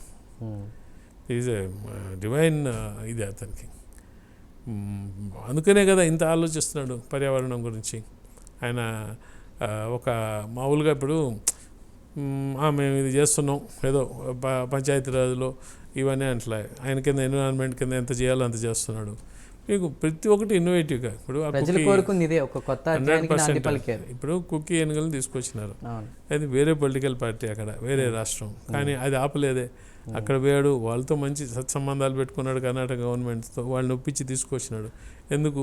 అవి వస్తే మనకి ఎక్కడైతే కంటిన్యూస్గా ఒక మ్యాన్ బీస్ట్ ఎన్కౌంటర్ అంటారు, అంటే మనం అవి మన జోలికి రావట్లే, మనుషులు పోయి వాటిని వాటి స్థలాల్లో అవి సంచరించే స్థలాల్లో మనం నివాసం ఏర్పరచుకొని కొట్టేయడం లేకపోతే చేస్తున్నారు. చేయడం చేస్తున్నాం. సరే, మరి అవసరాలకి చేసాం అనుకుంటాం, కానీ వాటిని మనం హాని చేయకూడదు అవి వాటి స్థావరాల్లోకి వచ్చినప్పుడు. సో ఎట్లా అంటే ఈ కుక్కీ ఎలిఫెంట్స్ అవి కానీ వస్తే అవి తోలేస్తాయి మనుషులతో రాకుండా, ఈ హెర్డ్స్ ఆఫ్ ఎలిఫెంట్స్ని. సో వాటిని ఏమి ఎటువంటి హాని జరగకుండా, మనుషులకు కూడా హాని జరగకుండా చేసే విధంగా. సో ఇవన్నీ ఒకటి కాదు, చాలా విషయాల్లో మీరు కళ్యాణ్ గారు ప్రతి ఒక్కటి ఆలోచించి what is the right way of doing things, ఏదో ఒకటి చేయాలనేది ఆలోచన ఉండదు కళ్యాణ్ గారికి. కరెక్ట్ పద్ధతి ఏంది, ఎవరికి హాని జరగకుండా. ఇప్పుడు ఆయన బిజినెస్ విషయంలో కూడా చాలాసార్లు ఎన్విరాన్మెంటల్గా ఆయన ఏమంటారంటే వ్యాపారాలు పెట్టాల్సిందే, 100% వ్యాపారాలు కావాలా, కానీ వ్యాపారం చేసే వ్యక్తులు పర్యావరణానికి నష్టం చేయకూడదు, అక్కడున్న సముదాయానికి జన సముదాయానికి నష్టం చేయకూడదు, అలాగే జన సముదాయం కూడా వ్యాపారాలకు నష్టం చేయకూడదు. వ్యాపారం నడిస్తేనే కదా మన జీవితం ముందరకు వస్తుంది. సో చాలా పద్ధతిగా, అంటే what is the right way of doing things అనేది కళ్యాణ్ గారి ట్రేడ్ మార్క్. రైట్. అజయ్ గారు, ఇది ముందే అడగాలి ప్రశ్న, బట్ జనసేన పార్టీ వచ్చిన తర్వాత, ప్రభుత్వ అధికారంలోకి వచ్చిన తర్వాత వేములపాటి అజయ్ కుమార్ గారు అంటే ప్రజలకు తెలుస్తున్నారు, కానీ వేములపాటి అజయ్ కుమార్ గారి కుటుంబ నేపథ్యం ఏంటి, అసలు పొలిటికల్ ఎంట్రీ ఎలా ఉంది ఏంటి అనే దానికి ఏం చెప్తారు? సరే, అంటే మా పేరెంట్స్ కొంచెం రాజకీయంగా బాగా వామపక్ష భావజాలంలో ఉన్నారండి. మా ఫాదరు నెల్లూరు వాళ్ళందరికీ కూడా, ఎవరైతే నెల్లూరులో కొంచెం చాలా రోజుల నుంచి రాజకీయాల్లో ఉన్నారో లేక పాత జనరేషన్కి మా ఫాదర్ సుపరిచితుడే. ఆయన ఒక ప్రముఖ న్యాయవాదిగా, he practised law on the criminal side, ఒక కమ్యూనిస్ట్ నాయకుడిగా చాలా పేరు మోసినాయి. మాది యాక్చువల్గా మాది సామాన్యమైన కుటుంబమే, కాకపోతే చాలా పెద్ద ఫ్యామిలీ. మా ఫాదర్ అంటే మా తాతగారు, ఆయనకి మా నాయన వచ్చి మొదటి భార్య సంతానం, వీళ్ళు 9 మంది ఉండేదాన్ని. తర్వాత మా నాన్నమ్మ చనిపోయిన తర్వాత ఆయన రెండో పెళ్లి చేసుకుంటే వాళ్ళకి 13 మంది, 22 మంది మొత్తం సంతానం మా తాతగారికి. ఒక బ్రాహ్మణ కుటుంబం. సో మా నాన్న చిన్నప్పుడు బాగా కష్టపడి పైకి వచ్చిన ఆయన. అంటే మా నాన్న గురించి మాకు ఒక నాయకుడుగా, ఒక మంచి అడ్వకేట్గా తెలుసు, కానీ తర్వాత మొన్న జస్ట్ ఒక 6 months బ్యాక్ ఆయన ఉన్నవన్నీ కూడా ఏదో చూసుకుంటూ లెటర్ ఒకటి చదివితే, మా father he was in the 7th or 8th class, కావల్లో పూట గడుపుతూ పూటల్లో దీన్ని చేస్తూ మా తాతకి నాకు ఒక 2 రూపాయలైనా ఇయ్యి, నేను చొక్కాలకి డబ్బులు లేకుండా సంవత్సరం పైన అయింది, ఆయన కష్టపడి కన్నీళ్ళు పెట్టుకున్న జాబు రాసిని చూసి చాలా బాధపడ్డాం. అయ్యో మా నాయన దిస్ సైడ్ ఆఫ్ స్టోరీ మాకు తెలియదు. ఆయన మా ఫాదరు మంచి కమ్యూనిస్ట్ నాయకుడిగా పేరు, కానీ ఆయన మన కర్నూలులో తుంగభద్ర నదిలో శివాలయంలో 2 ఏళ్ళు అర్చకుడిగా చేశారట. ఓకే. సో అక్కడి నుంచి ఆయన తర్వాత వాళ్ళ మేనమామ అతన్ని చదివించారు, మా ఫాదర్ మేనమామ. సో చదువుకున్న రోజుల్లో ఆయన్ని ఫస్ట్ మెడ్రాస్లో క్రిస్టియన్ కాలేజ్ చాలా ఫేమస్, ఆ కాలేజీలో చేరిస్తే ఆయనతో పాటు some of his classmates Mappillai MRF chairman, ఆయన ఒక క్లాస్మేట్ ఉండే. మా నాన్నగారికి తర్వాత రామచంద్రన్ అని సిపిఎం పాలిట్ బ్యూరో మెంబర్గా ఉండి చాలా రోజులు ఉండి అట్టే చనిపోయారు కూడా పాలిట్ బ్యూరో మెంబర్గా, ఆయన ఒక క్లాస్మేటు. సో ఇటువంటి వాళ్ళందరితో పెద్ద వాళ్ళతో బాగా చదువుకుంటున్న రోజుల్లో కమ్యూనిస్ట్ మూమెంట్లో పోవడం, ఆయన క్రిస్టియన్ కాలేజ్ నుంచి రెస్టికేట్ చేశారు because he was a communist. దీని గురించి మీకు మా నాన్న జూనియర్గా ఈ జమినీ గణేషన్ గారు రాస్తూ డైరీ ఆయన రాసి హిందూలో వచ్చింది. ఓకే. నేను ఇట్లా అనంతరామాయణ నెల్లూరు నుంచి ఒక ఆయన ఉండే, అతను చాలా బ్రహ్మాండంగా మాట్లాడేవాడు. నేను ఆయన రూమ్కి పోయి ఆయన స్పీచెస్ వినడానికి పోయేవాడిని. అతన్ని కమ్యూనిస్ట్ అని చెప్పి అతన్ని రెస్టికేట్ చేసినారని చెప్పడం. సో అది చేస్తే అక్కడి నుంచి డిగ్రీ పాపం తీసేస్తే పూణేకి పోయి పూణేలో లా చేరి అక్కడ మా నాన్నగారు లాయర్గా డిగ్రీ పొంది వచ్చారు. అక్కడ కూడా కమ్యూనిస్ట్ పార్టీ మూమెంట్లో అక్కడ కూడా మంచి పెద్ద పేర్లు బాట్లీవాలా అని చెప్పి చాలా ఫేమస్, తర్వాత కాంగ్రెస్లో ఉండే ఆయన. అలాగే ఈ మోహన్ కుమార్ మంగళం ఫ్యామిలీ, వాళ్ళ ఫ్యామిలీ నుంచి వాళ్ళు ఇట్లా చాలామంది పెద్దవాళ్ళు అందరితో కూడా చదువుకొని మహాత్మా గాంధీతో ఆయన పూనా నుంచి లోనావాలాకి ఏదో పోతే నడుస్తుంటే ఆయనతో పాటు అక్కడ దాకా నడిచిన జ్ఞాపకాలు చెప్పేవాడు మా ఫాదర్. సో ఫ్రీడమ్ ఫైట్లో ఇంట్లో పాల్గొని ఈ నెల్లూరుకు వచ్చి ఒక అడ్వకేట్గా స్థిరపడి ఒక కమ్యూనిస్ట్ నాయకుడిగా బాగా పేరు సంపాదించుకొని ఒక అడ్వకేట్గా ఆయనకి నాకంటే మా ఫాదర్ ఏం ఫీల్ అయ్యాడో కానీ మేమైతే చాలా ప్రౌడ్గా ఫీల్ అయ్యాం. పివి నరసింహారావు గారు ప్రైమ్ మినిస్టర్గా ఉన్నప్పుడు ఈ జార్ఖండ్ ముక్తి మోర్చా అనే ఒక కేసులో ఆయనకి శిక్ష పడింది at the lowest level, municipal కోర్టులో. ఆయన ముడుపులు ఇచ్చి ఓటు వేసుకున్నారని బ్రైబరీ కేసు అని. He was convicted. So almost ఆయన కన్విక్టెడ్ అంటే ప్రైమ్ మినిస్టర్ దీనికి ఒక ఇది వచ్చినప్పుడు ఆయన ఇదేంది ఈ చిన్న కేసులో నాకు శిక్ష పడ్డము, అసలు ఈ కేసు నాకు సంబంధం లేదు, ఆయన అక్కడ శిక్ష పడ్డది అని చెప్పి కొంచెం ఎక్కడో ఆయన బాధపడి ఈ నార్త్ ఇండియన్స్ని కొంచెం నేను నమ్మలేకుండా ఉన్నా, ఎవరన్నా మన పక్క వాళ్ళు నమ్మకంగా ఉండే లాయర్లు ఉంటే బాగుంటుందని చెప్పి పిపి రావు గారు అని చెప్పి ఉండే. పిపి రావు గారని సుప్రీంకోర్టు అడ్వకేటు, ఒంగోలు ఆయన పద్మశ్రీ అవార్డు కూడా, కాన్స్టిట్యూషనల్ లా ఎక్స్పర్ట్. పిపి రావు గారిని పిలిచి మీరు చేయండి మా కేసు అంటే పిపి రావు గారు వచ్చి నేను సుప్రీంకోర్టు లాయర్ అండి, మీకు ట్రయల్ కోర్టులో లాయర్ కావాలా అంటే మరి ఎవరన్నా చెప్తారంటే నాకు తెలిసి బెస్ట్ ట్రయల్ కోర్టు లాయర్ అనంతరాయ గారు అని మా ఫాదర్ నెల్లూరులో ఉంటారు, ఆయన చాలా ఫేమస్, మరి వారిని మీరు పెట్టుకుంటే వారైతే కరెక్ట్ అడ్వైస్ ఇస్తారు అని చెప్తే, సో పెళ్ళకూరు రామచంద్రరెడ్డి గారిని ఇఫ్కో చైర్మన్ ఉండేవారు అప్పుడు. సో పెళ్ళకూరు రామచంద్రరెడ్డి గారిని ఆయన పివి నరసింహారావు గారికి దగ్గర స్నేహితులు, ఆయన నెల్లూరు, వారిని మా ఇంటికి పంపించి కేసు చేయమని అడగడం. మా ఫాదరు నేను అక్కడికి ఢిల్లీకి వచ్చి చేయలేను, ఇక్కడ కూర్చొని మీకు నోట్స్ రాసిస్తాను చాలు, ఈ కేసులో పెద్ద పస లేదని చెప్పి ఆయన ఒప్పుకొని, సో ఆ కేసులో మా ఫాదరు డైలీ కేసు చదివి నోట్స్ ఇస్తే ఆ నోట్స్ని పోయి కోర్టులో సబ్మిట్ చేసి ఆ కేసు కొట్టేయడం. పివి నరసింహారావు గారు పర్సనల్గా మీరు ఇప్పుడైనా రాండి అంటే రానంటే ఆయన ఒక లెటర్గా పర్సనల్గా రాసి పంపించి ఫీజు కూడా తీసుకోవాలని చెప్పారు మా ఫాదర్, ఫీజు అడిగితే. సో ఆ నేపథ్యం కమ్యూనిస్ట్ మూమెంట్లో చూసుకుంటే మా ఇంటికి పెద్ద కమ్యూనిస్ట్ నాయకులు చిన్నప్పటి నుంచి కూడా మాకు ఆ ఇన్ఫ్లుయెన్స్, అంటే మా నాన్నకి శ్రీశ్రీ గారు చాలా దగ్గర. సో మా శ్రీశ్రీ గారు ఎన్నిసార్లు వచ్చి ఉన్నారో మా ఇంట్లో. అలాగే పెద్ద మాకు తెలిసిన అంటే కమ్యూనిస్ట్ నాయకులు నేను పర్సనల్గా కలిసిన వాళ్ళని మా ఇంటికి వచ్చిందంటే భూపేష్ గుప్తా ఒక ఆయన చాలా పెద్ద లీడరు. ఓకే, అలాగే ఇంకా చంద్రశేఖరరావు గారు అయితేమి, మా బసవపునే గారు అయితేమి, ఇటువంటి వాళ్ళు చాలామంది. పుచ్చలపల్లి సుందరయ్య గారు మా ఇంటి పక్కకే ఉండేవాళ్ళు. సో వాళ్ళు జాయింట్ ఫ్యామిలీ. డాక్టర్ రామచంద్రారెడ్డి గారని, సో నెల్లూరులో ఇప్పటికి కూడా డాక్టర్ రామచంద్రారెడ్డి హాస్పిటల్ అని చెప్పి పీపుల్స్ పాలిక్లినిక్ ఉంది. సో రామచంద్రారెడ్డి గారు వచ్చి పుచ్చలపల్లి సుందరయ్య గారి బ్రదర్. సో అక్కడే ఉండేవాడు ఆయన సుందరయ్య గారు. సో ఈ ఉమ్మడి కమ్యూనిస్ట్ పార్టీలో ఉన్నప్పుడు అందరూ కలిసి పనిచేసేవాళ్ళు. కమ్యూనిస్ట్ పార్టీ డివైడ్ అయ్యి సిపిఎం అయిన తర్వాత పుచ్చలపల్లి పిఎస్ అంటారు, పిఎస్ గారు సిపిఎం, నాన్న వాళ్ళు సిపిఐలో ఉండడం జరిగింది. ఎంతోమంది ఇన్ఫ్యాక్ట్ నా మ్యారేజ్ కూడా నేను ఒక ఆదర్శ వివాహం చేసుకున్నాం. సో నా పెళ్ళి పెద్ద వచ్చి మన గాంధీ, ఆంధ్రా గాంధీ అంటారు, అయ్యో సరే పేరు, అట్లా రిజిస్టర్ మ్యారేజ్ అనమాట. ఈవెన్ మా ఫాదర్ మదర్ వాళ్ళు కూడా అట్టే ఒక రిజిస్టర్ మ్యారేజ్. వాళ్ళు 72 years దే వేర్ టుగెదర్, కలిసి లైఫ్, దాంపత్య జీవితం. సో ఎటువంటి ముహూర్తం లేకుండా కమ్యూనిస్ట్ మ్యారేజ్. నాదైనా రిజిస్టర్ మ్యారేజ్, వాళ్ళైతే కమ్యూనిస్ట్ మ్యారేజ్. ఎవరో ఒక నలుగురు నాయకులు వచ్చి ఇక ఇవాళ నుంచి మీరు దీనికని.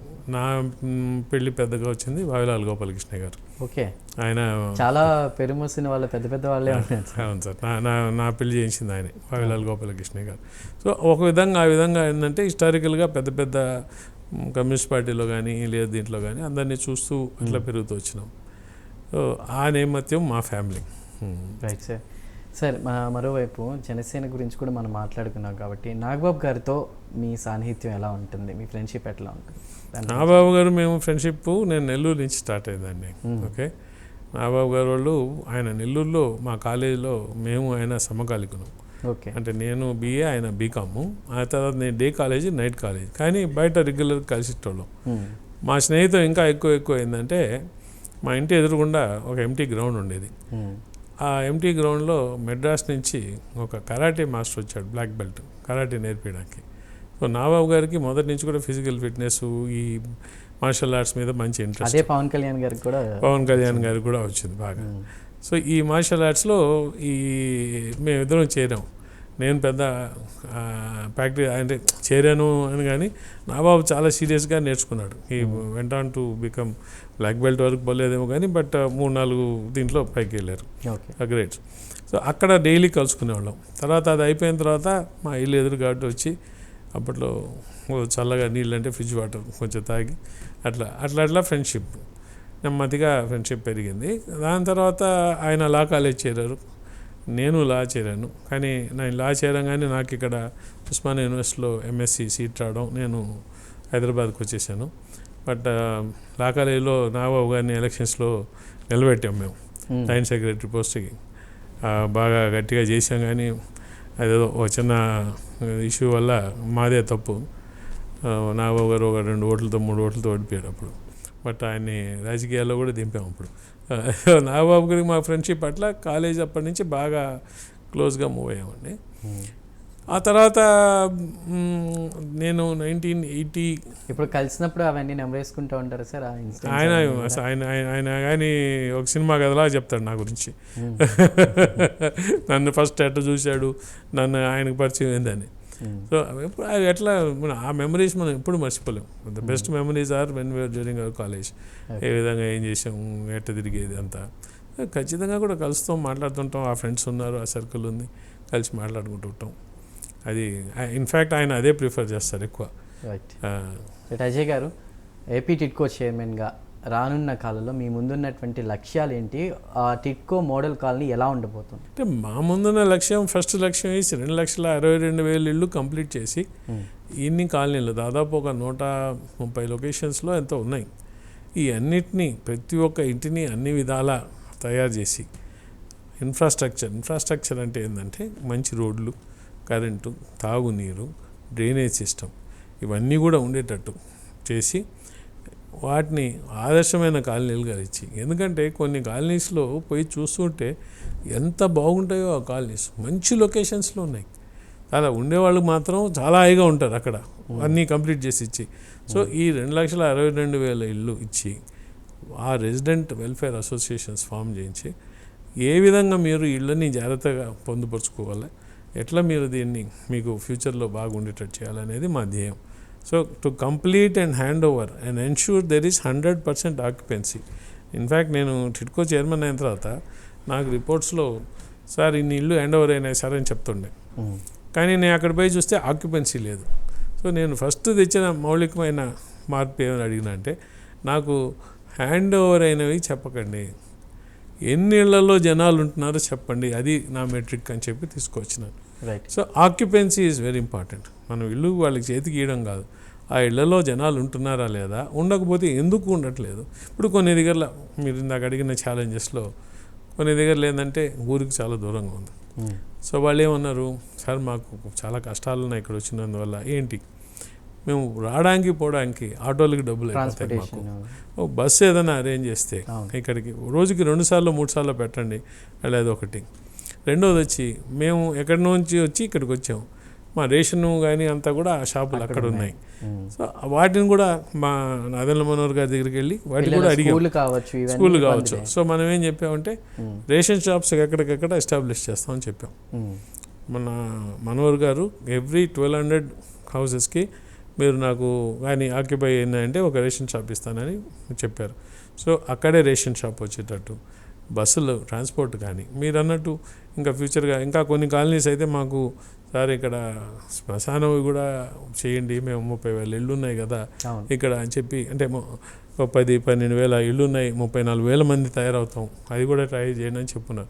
సో వీటిని అన్నిటి కూడా మనసులో పెట్టుకొని అన్ని విధాల వాటిని కంప్లీట్ చేసి ఇవ్వాలనేది మన టార్గెట్. చాలా పెద్ద we want to task. Make చాలా పెద్ద task, it's not easy. Right. పొలిటికల్గా మేము ఎలా చూడొచ్చు అజయ్ గారిని? మీ గోల్ ఏంటి సార్? మాకు ఒకటే గోల్ అండి, కళ్యాణ్ గారు ఏ పని చెప్తే ఆ పనిని నిస్వార్థంగా మాకు చేతనంత సమర్థవంతంగా దాన్ని మేము నిర్వర్తించడమే మా గోల్. కళ్యాణ్ గారిని ద ఆప్టిమల్ పొజిషన్లో చూడాలి మా గోల్. అది ఏంటంటే మా దృష్టిలో he deserves to be somewhere in the post of the prime minister. So దానికి మనం ఏం చేయగలము? కళ్యాణ్ గారు ఇవాళ కానీ మీరు చూసారంటే he is no more a state leader. మీరు చూడండి, నాకైతే నేషనల్ మీడియా నుంచి ఎవ్రీ 2 days ప్రధానమంత్రి చెప్పారు ఏ ఆంధీ హై అంటూ కూడా మాట్లాడారు. ఏ పవన్ ఏ ఆంధీ హై మాట్లాడారు. అంటే ఆయన స్టేచర్ అంతా పెరుగుతా పోతుంది, నేషనల్గా కూడా విపరీతంగా పెరుగుతున్నారు. అందరూ వచ్చి ఇంటర్వ్యూ చేయాలా పవన్ కళ్యాణ్ గారు మాకు ఇప్పి నేను పెద్ద పెద్ద ఛానల్స్ అడుగుతుంటారు. ఓకే, సో ఏంది వాట్ డస్ ఈజ్ ఆల్సో ఏంటి దీనికి పాయింటర్స్ అంటే ఖచ్చితంగా కళ్యాణ్ గారు ఒక రాష్ట్ర రాజకీయ నాయకుడి నుంచి దేశ నాయకుడిగా ఎదుగుతాడు, ఎదిగి తీరుతాడు. ఈ దేశానికి అవసరం కూడా ఇటువంటి నాయకులు.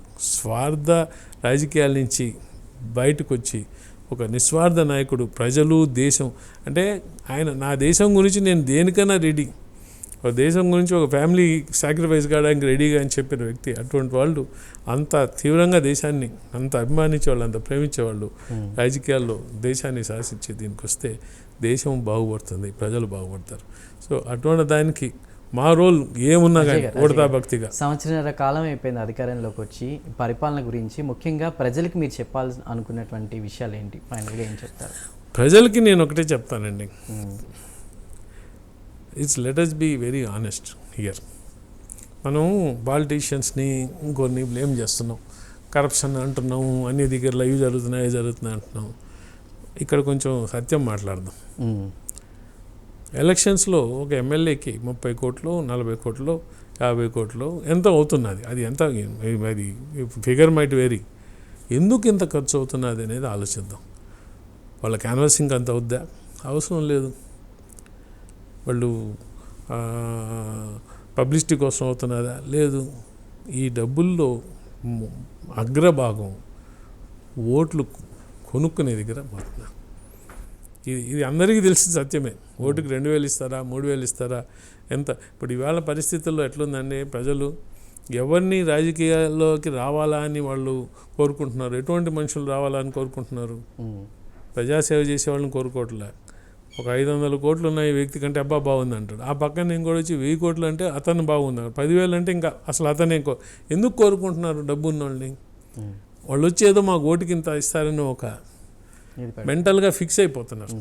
ఓకే, ఎలక్షన్స్ అనేది ఒక పండగ వాతావరణం అని అంటున్నాం. ఎందుకు పండగ వాతావరణం అవుతున్నది? ఎందుకు అందరు వచ్చేస్తున్నారు ఊర్లకి?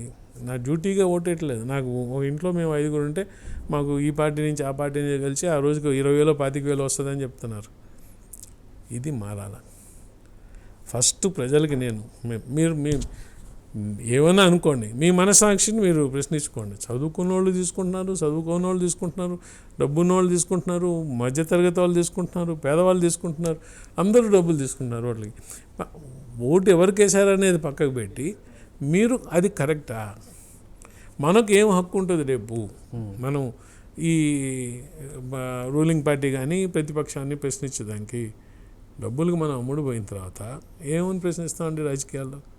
సో ప్రజలకు నేను ఇచ్చే అడ్వైస్ ఏంటంటే, ఇస్తే 10 రూపాయలు లాక్కుంటారు అనేది ఎవరికి తెలియట్లేదు. తెలిసినా కూడా ఆయన కూడా లాక్కుంటారంటారు. ఇలా పరిస్థితి ఏంటంటే ప్రజలకు మనం ఈ విషయం తెలియదా? మనకన్నా చాలా తెలియగలండి ప్రజానికం. నేను ప్రజలకి తెలియలేదని మాత్రం నేను వాళ్ళు మీరు కూర్చున్న స్టూడియోలో చందు కన్నా ఎదుర్కొన్న కూర్చున్న ఆర్ట్స్ సెట్లో అజయ్ కుమార్న కూడా ఎంతో తెలియగలవాళ్ళు. Okay, they know everything. కానీ వాళ్ళ పరిస్థితి ఒక సినికల్ వ్యవహారం తయారైంది. నేను తీసుకోకపోయినంత మాత్రం ఆయన మాట్లాడా, ఆయన దోపిడీ, పాలిటీషియన్ చేసే దోపిడీ. అంటే పవన్ కళ్యాణ్ లాంటి వ్యక్తిని చూసి ఎలాంటి ఓటుకి సంబంధించి నోటు లేకుండా కూడా ఎలాంటి మద్యానికి ఇవన్నీ కాకుండా ఆయన వ్యక్తిని చూసి ఓటేసి 100% స్ట్రైక్ రైట్ అంటే అది మామూలు విషయం కాదు. అటువంటి వాళ్ళు వ్యక్తి వచ్చినప్పుడు చేంజ్ అండి. మీకు 2 విషయాలు చెప్తాను ఇక్కడ. 2019లో నేను పెద్ద ఎలక్షన్స్లో అన్నిట్లో ఇన్వాల్వ్ కాలే, నాగబాబు గారి ఎంపీ దీంట్లో వరకు కొంచెం తిరిగాను. తిరిగినప్పుడు మొగల్తూరులో వాళ్ళ సొంత ఊరు అని చెప్పి వాళ్ళ ఇంటికి పోయిన దగ్గర ఆ ఇంటి పక్కన ఉన్న వాళ్ళు వచ్చారు, అంతా యంగ్స్టర్స్. మీరు ఏంటి అని పలకరిస్తే మేము ఒకరు వచ్చి ఒక లేడీ ఇన్ఫోసిస్లో పనిచేస్తున్నాం, కళ్యాణ్ గారు అంటే మాకు చాలా అభిమానం, లీవ్ పెట్టి మేము ఇక్కడ క్యాంపెయిన్ చేస్తున్నాం చెప్పి మా ఇల్లు ఇదేను. సో ఓడిపోయిన తర్వాత ఆ అమ్మాయి నా నెంబర్ తీసుకోండి, ఫోన్ చేసింది. ఫోన్ చేసి పెద్దగా ఏడడం మొదలుపెట్టింది. 2 చోట్ల కళ్యాణ్ గారిని ఓడగొట్టేశారు ప్రజలు, ఇది అన్యాయం, ఇది చేయొచ్చా, ఇది ఒక్క చోట నాకు గెలిచి ఉండాలి కదా, అది ఇది అంటే నేనేం చెప్పానంటే, మనకి ఎన్ని ఓట్లు వచ్చాయమ్మా అన్న, 6% ఓట్లు 6.5% ఓట్లు అంటున్నారు కదా మొత్తం దీంట్లో, ఒక 20 లక్షలు 10 లక్షల ఓట్లు పడ్డాయి. ఇది ఒక నాంది, డబ్బులు ఇవ్వకుండా, ఎటువంటి ప్రలోభాలకి లొంగకుండా, మనం ప్రలోభాలు చూపించకుండా, నేను ఇది నా రాజకీయం, ఇది నేను ప్రశ్నిస్తాను, నేను నా రాజకీయాన్ని నమ్మండి అని చెప్పి ఒక వ్యక్తి నిలబడితే, మీలాంటి వాళ్ళందరూ వచ్చి చేసి 25 లక్షల మందిని మనం నమ్మించగలిగాం. ఓకే, ఇంకా మనం ముందరికే పోతాం, వెనక్కి పోయేదే లేదు. సో ధైర్యంగా ఉండండి. నేను అదే రిజల్ట్ 24లో ఖచ్చితంగా మీరు అన్నట్టు 100% స్ట్రైక్ రేట్తో మనం నిలబడిన 21 సీట్లు ఎమ్మెల్యేవి, 2 ఎంపీ సీట్లు. కానీ ఇంతటితో ఆగిపోయిందా? కాలేదు, ఇంకా చాలా మార్పు తేవాల్సిన అవసరం ఉంది. కానీ కళ్యాణ్ గారితో డిఫరెన్స్ ఏంటంటే, ఆ మార్పు ఎట్లుండాలా అని ఆయన పర్సనల్గా అట్లా ఉండి చూపిస్తారు. సార్ చాలా సందర్భాల్లో ఒక కొత్త చేంజ్ తీసుకొస్తానని పవన్ కళ్యాణ్ గారు మాట్లాడారు జనసేన పార్టీ నుంచి. ఆ చేంజ్ గురించి మీరు ఏమైనా చెప్తారా ప్రజలకి? అంటే కళ్యాణ్ గారు చాలాసార్లు మేము మాట్లాడుకుంటున్నప్పుడు ఒకసారి నన్ను అడిగారు, మీరు విద్యార్థి రాజకీయాల్లో వామపక్ష భావజాలం నుండి ఎంతో పనిచేశారు కదా, దేని గురించి మీరేం ఆశించారని. మార్పు గురించి. ఎటువంటి మార్పు అంటే టోటల్ చేంజ్, మొత్తం సమాజాన్ని పెళ్ళుబీకి ఒక సమూలమైన నిర్మాణం చేసి కొత్త సమాజం తీసుకురావాలని. అది అవుతుందా? Will be lot of resistance to change. మీరు విద్యార్థి దశ 80 కదా, ఇప్పుడు మనం 2024లో ఉన్నాం, 23లో ఉన్నాం. ఇన్నేళ్ల తర్వాత ఈ రెవల్యూషనరీ పాలిటిక్స్ ఎంత దూరం చేంజ్ తీసుకొచ్చాయి మన సమాజానికి. సమాజంలో చేంజ్ కొంత వచ్చింది, కానీ మీరు అనుకున్న మార్పు రాలే కదా. They will be lot of resistance to change. వారు చెప్పింది ఏంటంటే, నేను ఎప్పుడు రాజకీయాల్లో నాతో 20-25 ఏళ్ళు ప్రయాణం చేయడానికి సిద్ధంగా ఉండండి అని చెప్తుంటాను. ఎందుకు సిద్ధంగా ఉండండి అని అడుగుతున్నాను అంటే, ఏదైతే మీరు ఆ రోజు బయట మీరు స్టూడెంట్ మూమెంట్లో ఒక విప్లవ రాజకీయాలు చేశారో, నేను వాటిని ఆ వయలెన్స్ లేకుండా ఆ చేంజ్ని over a period of time తీసుకురావాలనుకుంటున్నాను. ఎవ్రీ ఫ్యూ ఇయర్స్కి ఒక చేంజ్ ఇవాళ ఇంట్రడ్యూస్ చేస్తే, ఒక డెల్టా స్మాల్ చేంజ్, మీకు 5 ఏళ్ళ తర్వాత వెనక్కి చూసుకోండి, దే విల్ బీ ఒక మంచి మార్పు వచ్చి ఉంటుంది. ఇటువంటిది మనం చిన్న చిన్న చేంజెస్ చేసుకుంటూ పోయి ఈ డెల్టా యాక్సలరేటర్స్ అయితే ఒక 20 ఏళ్ళు 25 ఏళ్ళ తర్వాత మనం వెనక్కి చూసుకుంటే సమాజంలో చాలా మంచి మార్పులు తెచ్చిన వాళ్ళం అవుతాం. సో ఒక్క తేప రావడం కన్నా కూడా మనం will bring in small changes. ఈ చేంజెస్ని కానీ కంటిన్యూస్గా ఆ చేంజెస్ నిరంతరం చేస్తూనే ఉండాలా. స్మాల్ మంచి తీసుకొస్తాం, చిన్నవి అనిపిస్తాయి, కానీ కంటిన్యూస్గా చేసుకొని వస్తే ఒక 20 ఏళ్ళకి మీరు ఏ సమాజం అయితే కోరుకున్నారో దాని దగ్గరగా వస్తాము. సో మీరు దీన్ని ఆలోచించి నాతో పని చేయండి అని చెప్పి నన్ను పార్టీలోకి రమ్మన్నప్పుడు మాట్లాడిన మాటలేవి. రైట్. సో చేంజ్ అంటే this is the change that will happen. చాలా డీటెయిల్గా చెప్పారు అజయ్ గారు. ధన్యవాదాలు ఇవాళ హాట్ సీట్లో జాయిన్ అయినందుకు. థ్యాంక్ యూ సో మచ్ అండి. సో చూశారు కదా, ఏపీ టిడ్కో చైర్మన్ వేములపాటి అజయ్ కుమార్ గారు హాట్ సీట్లో చాలా విషయాలు మనతో మాట్లాడడం జరిగింది. మరో హాట్ సీట్తో మళ్ళీ కలుద్దాం. అంతవరకు సెలవు, నమస్కారం.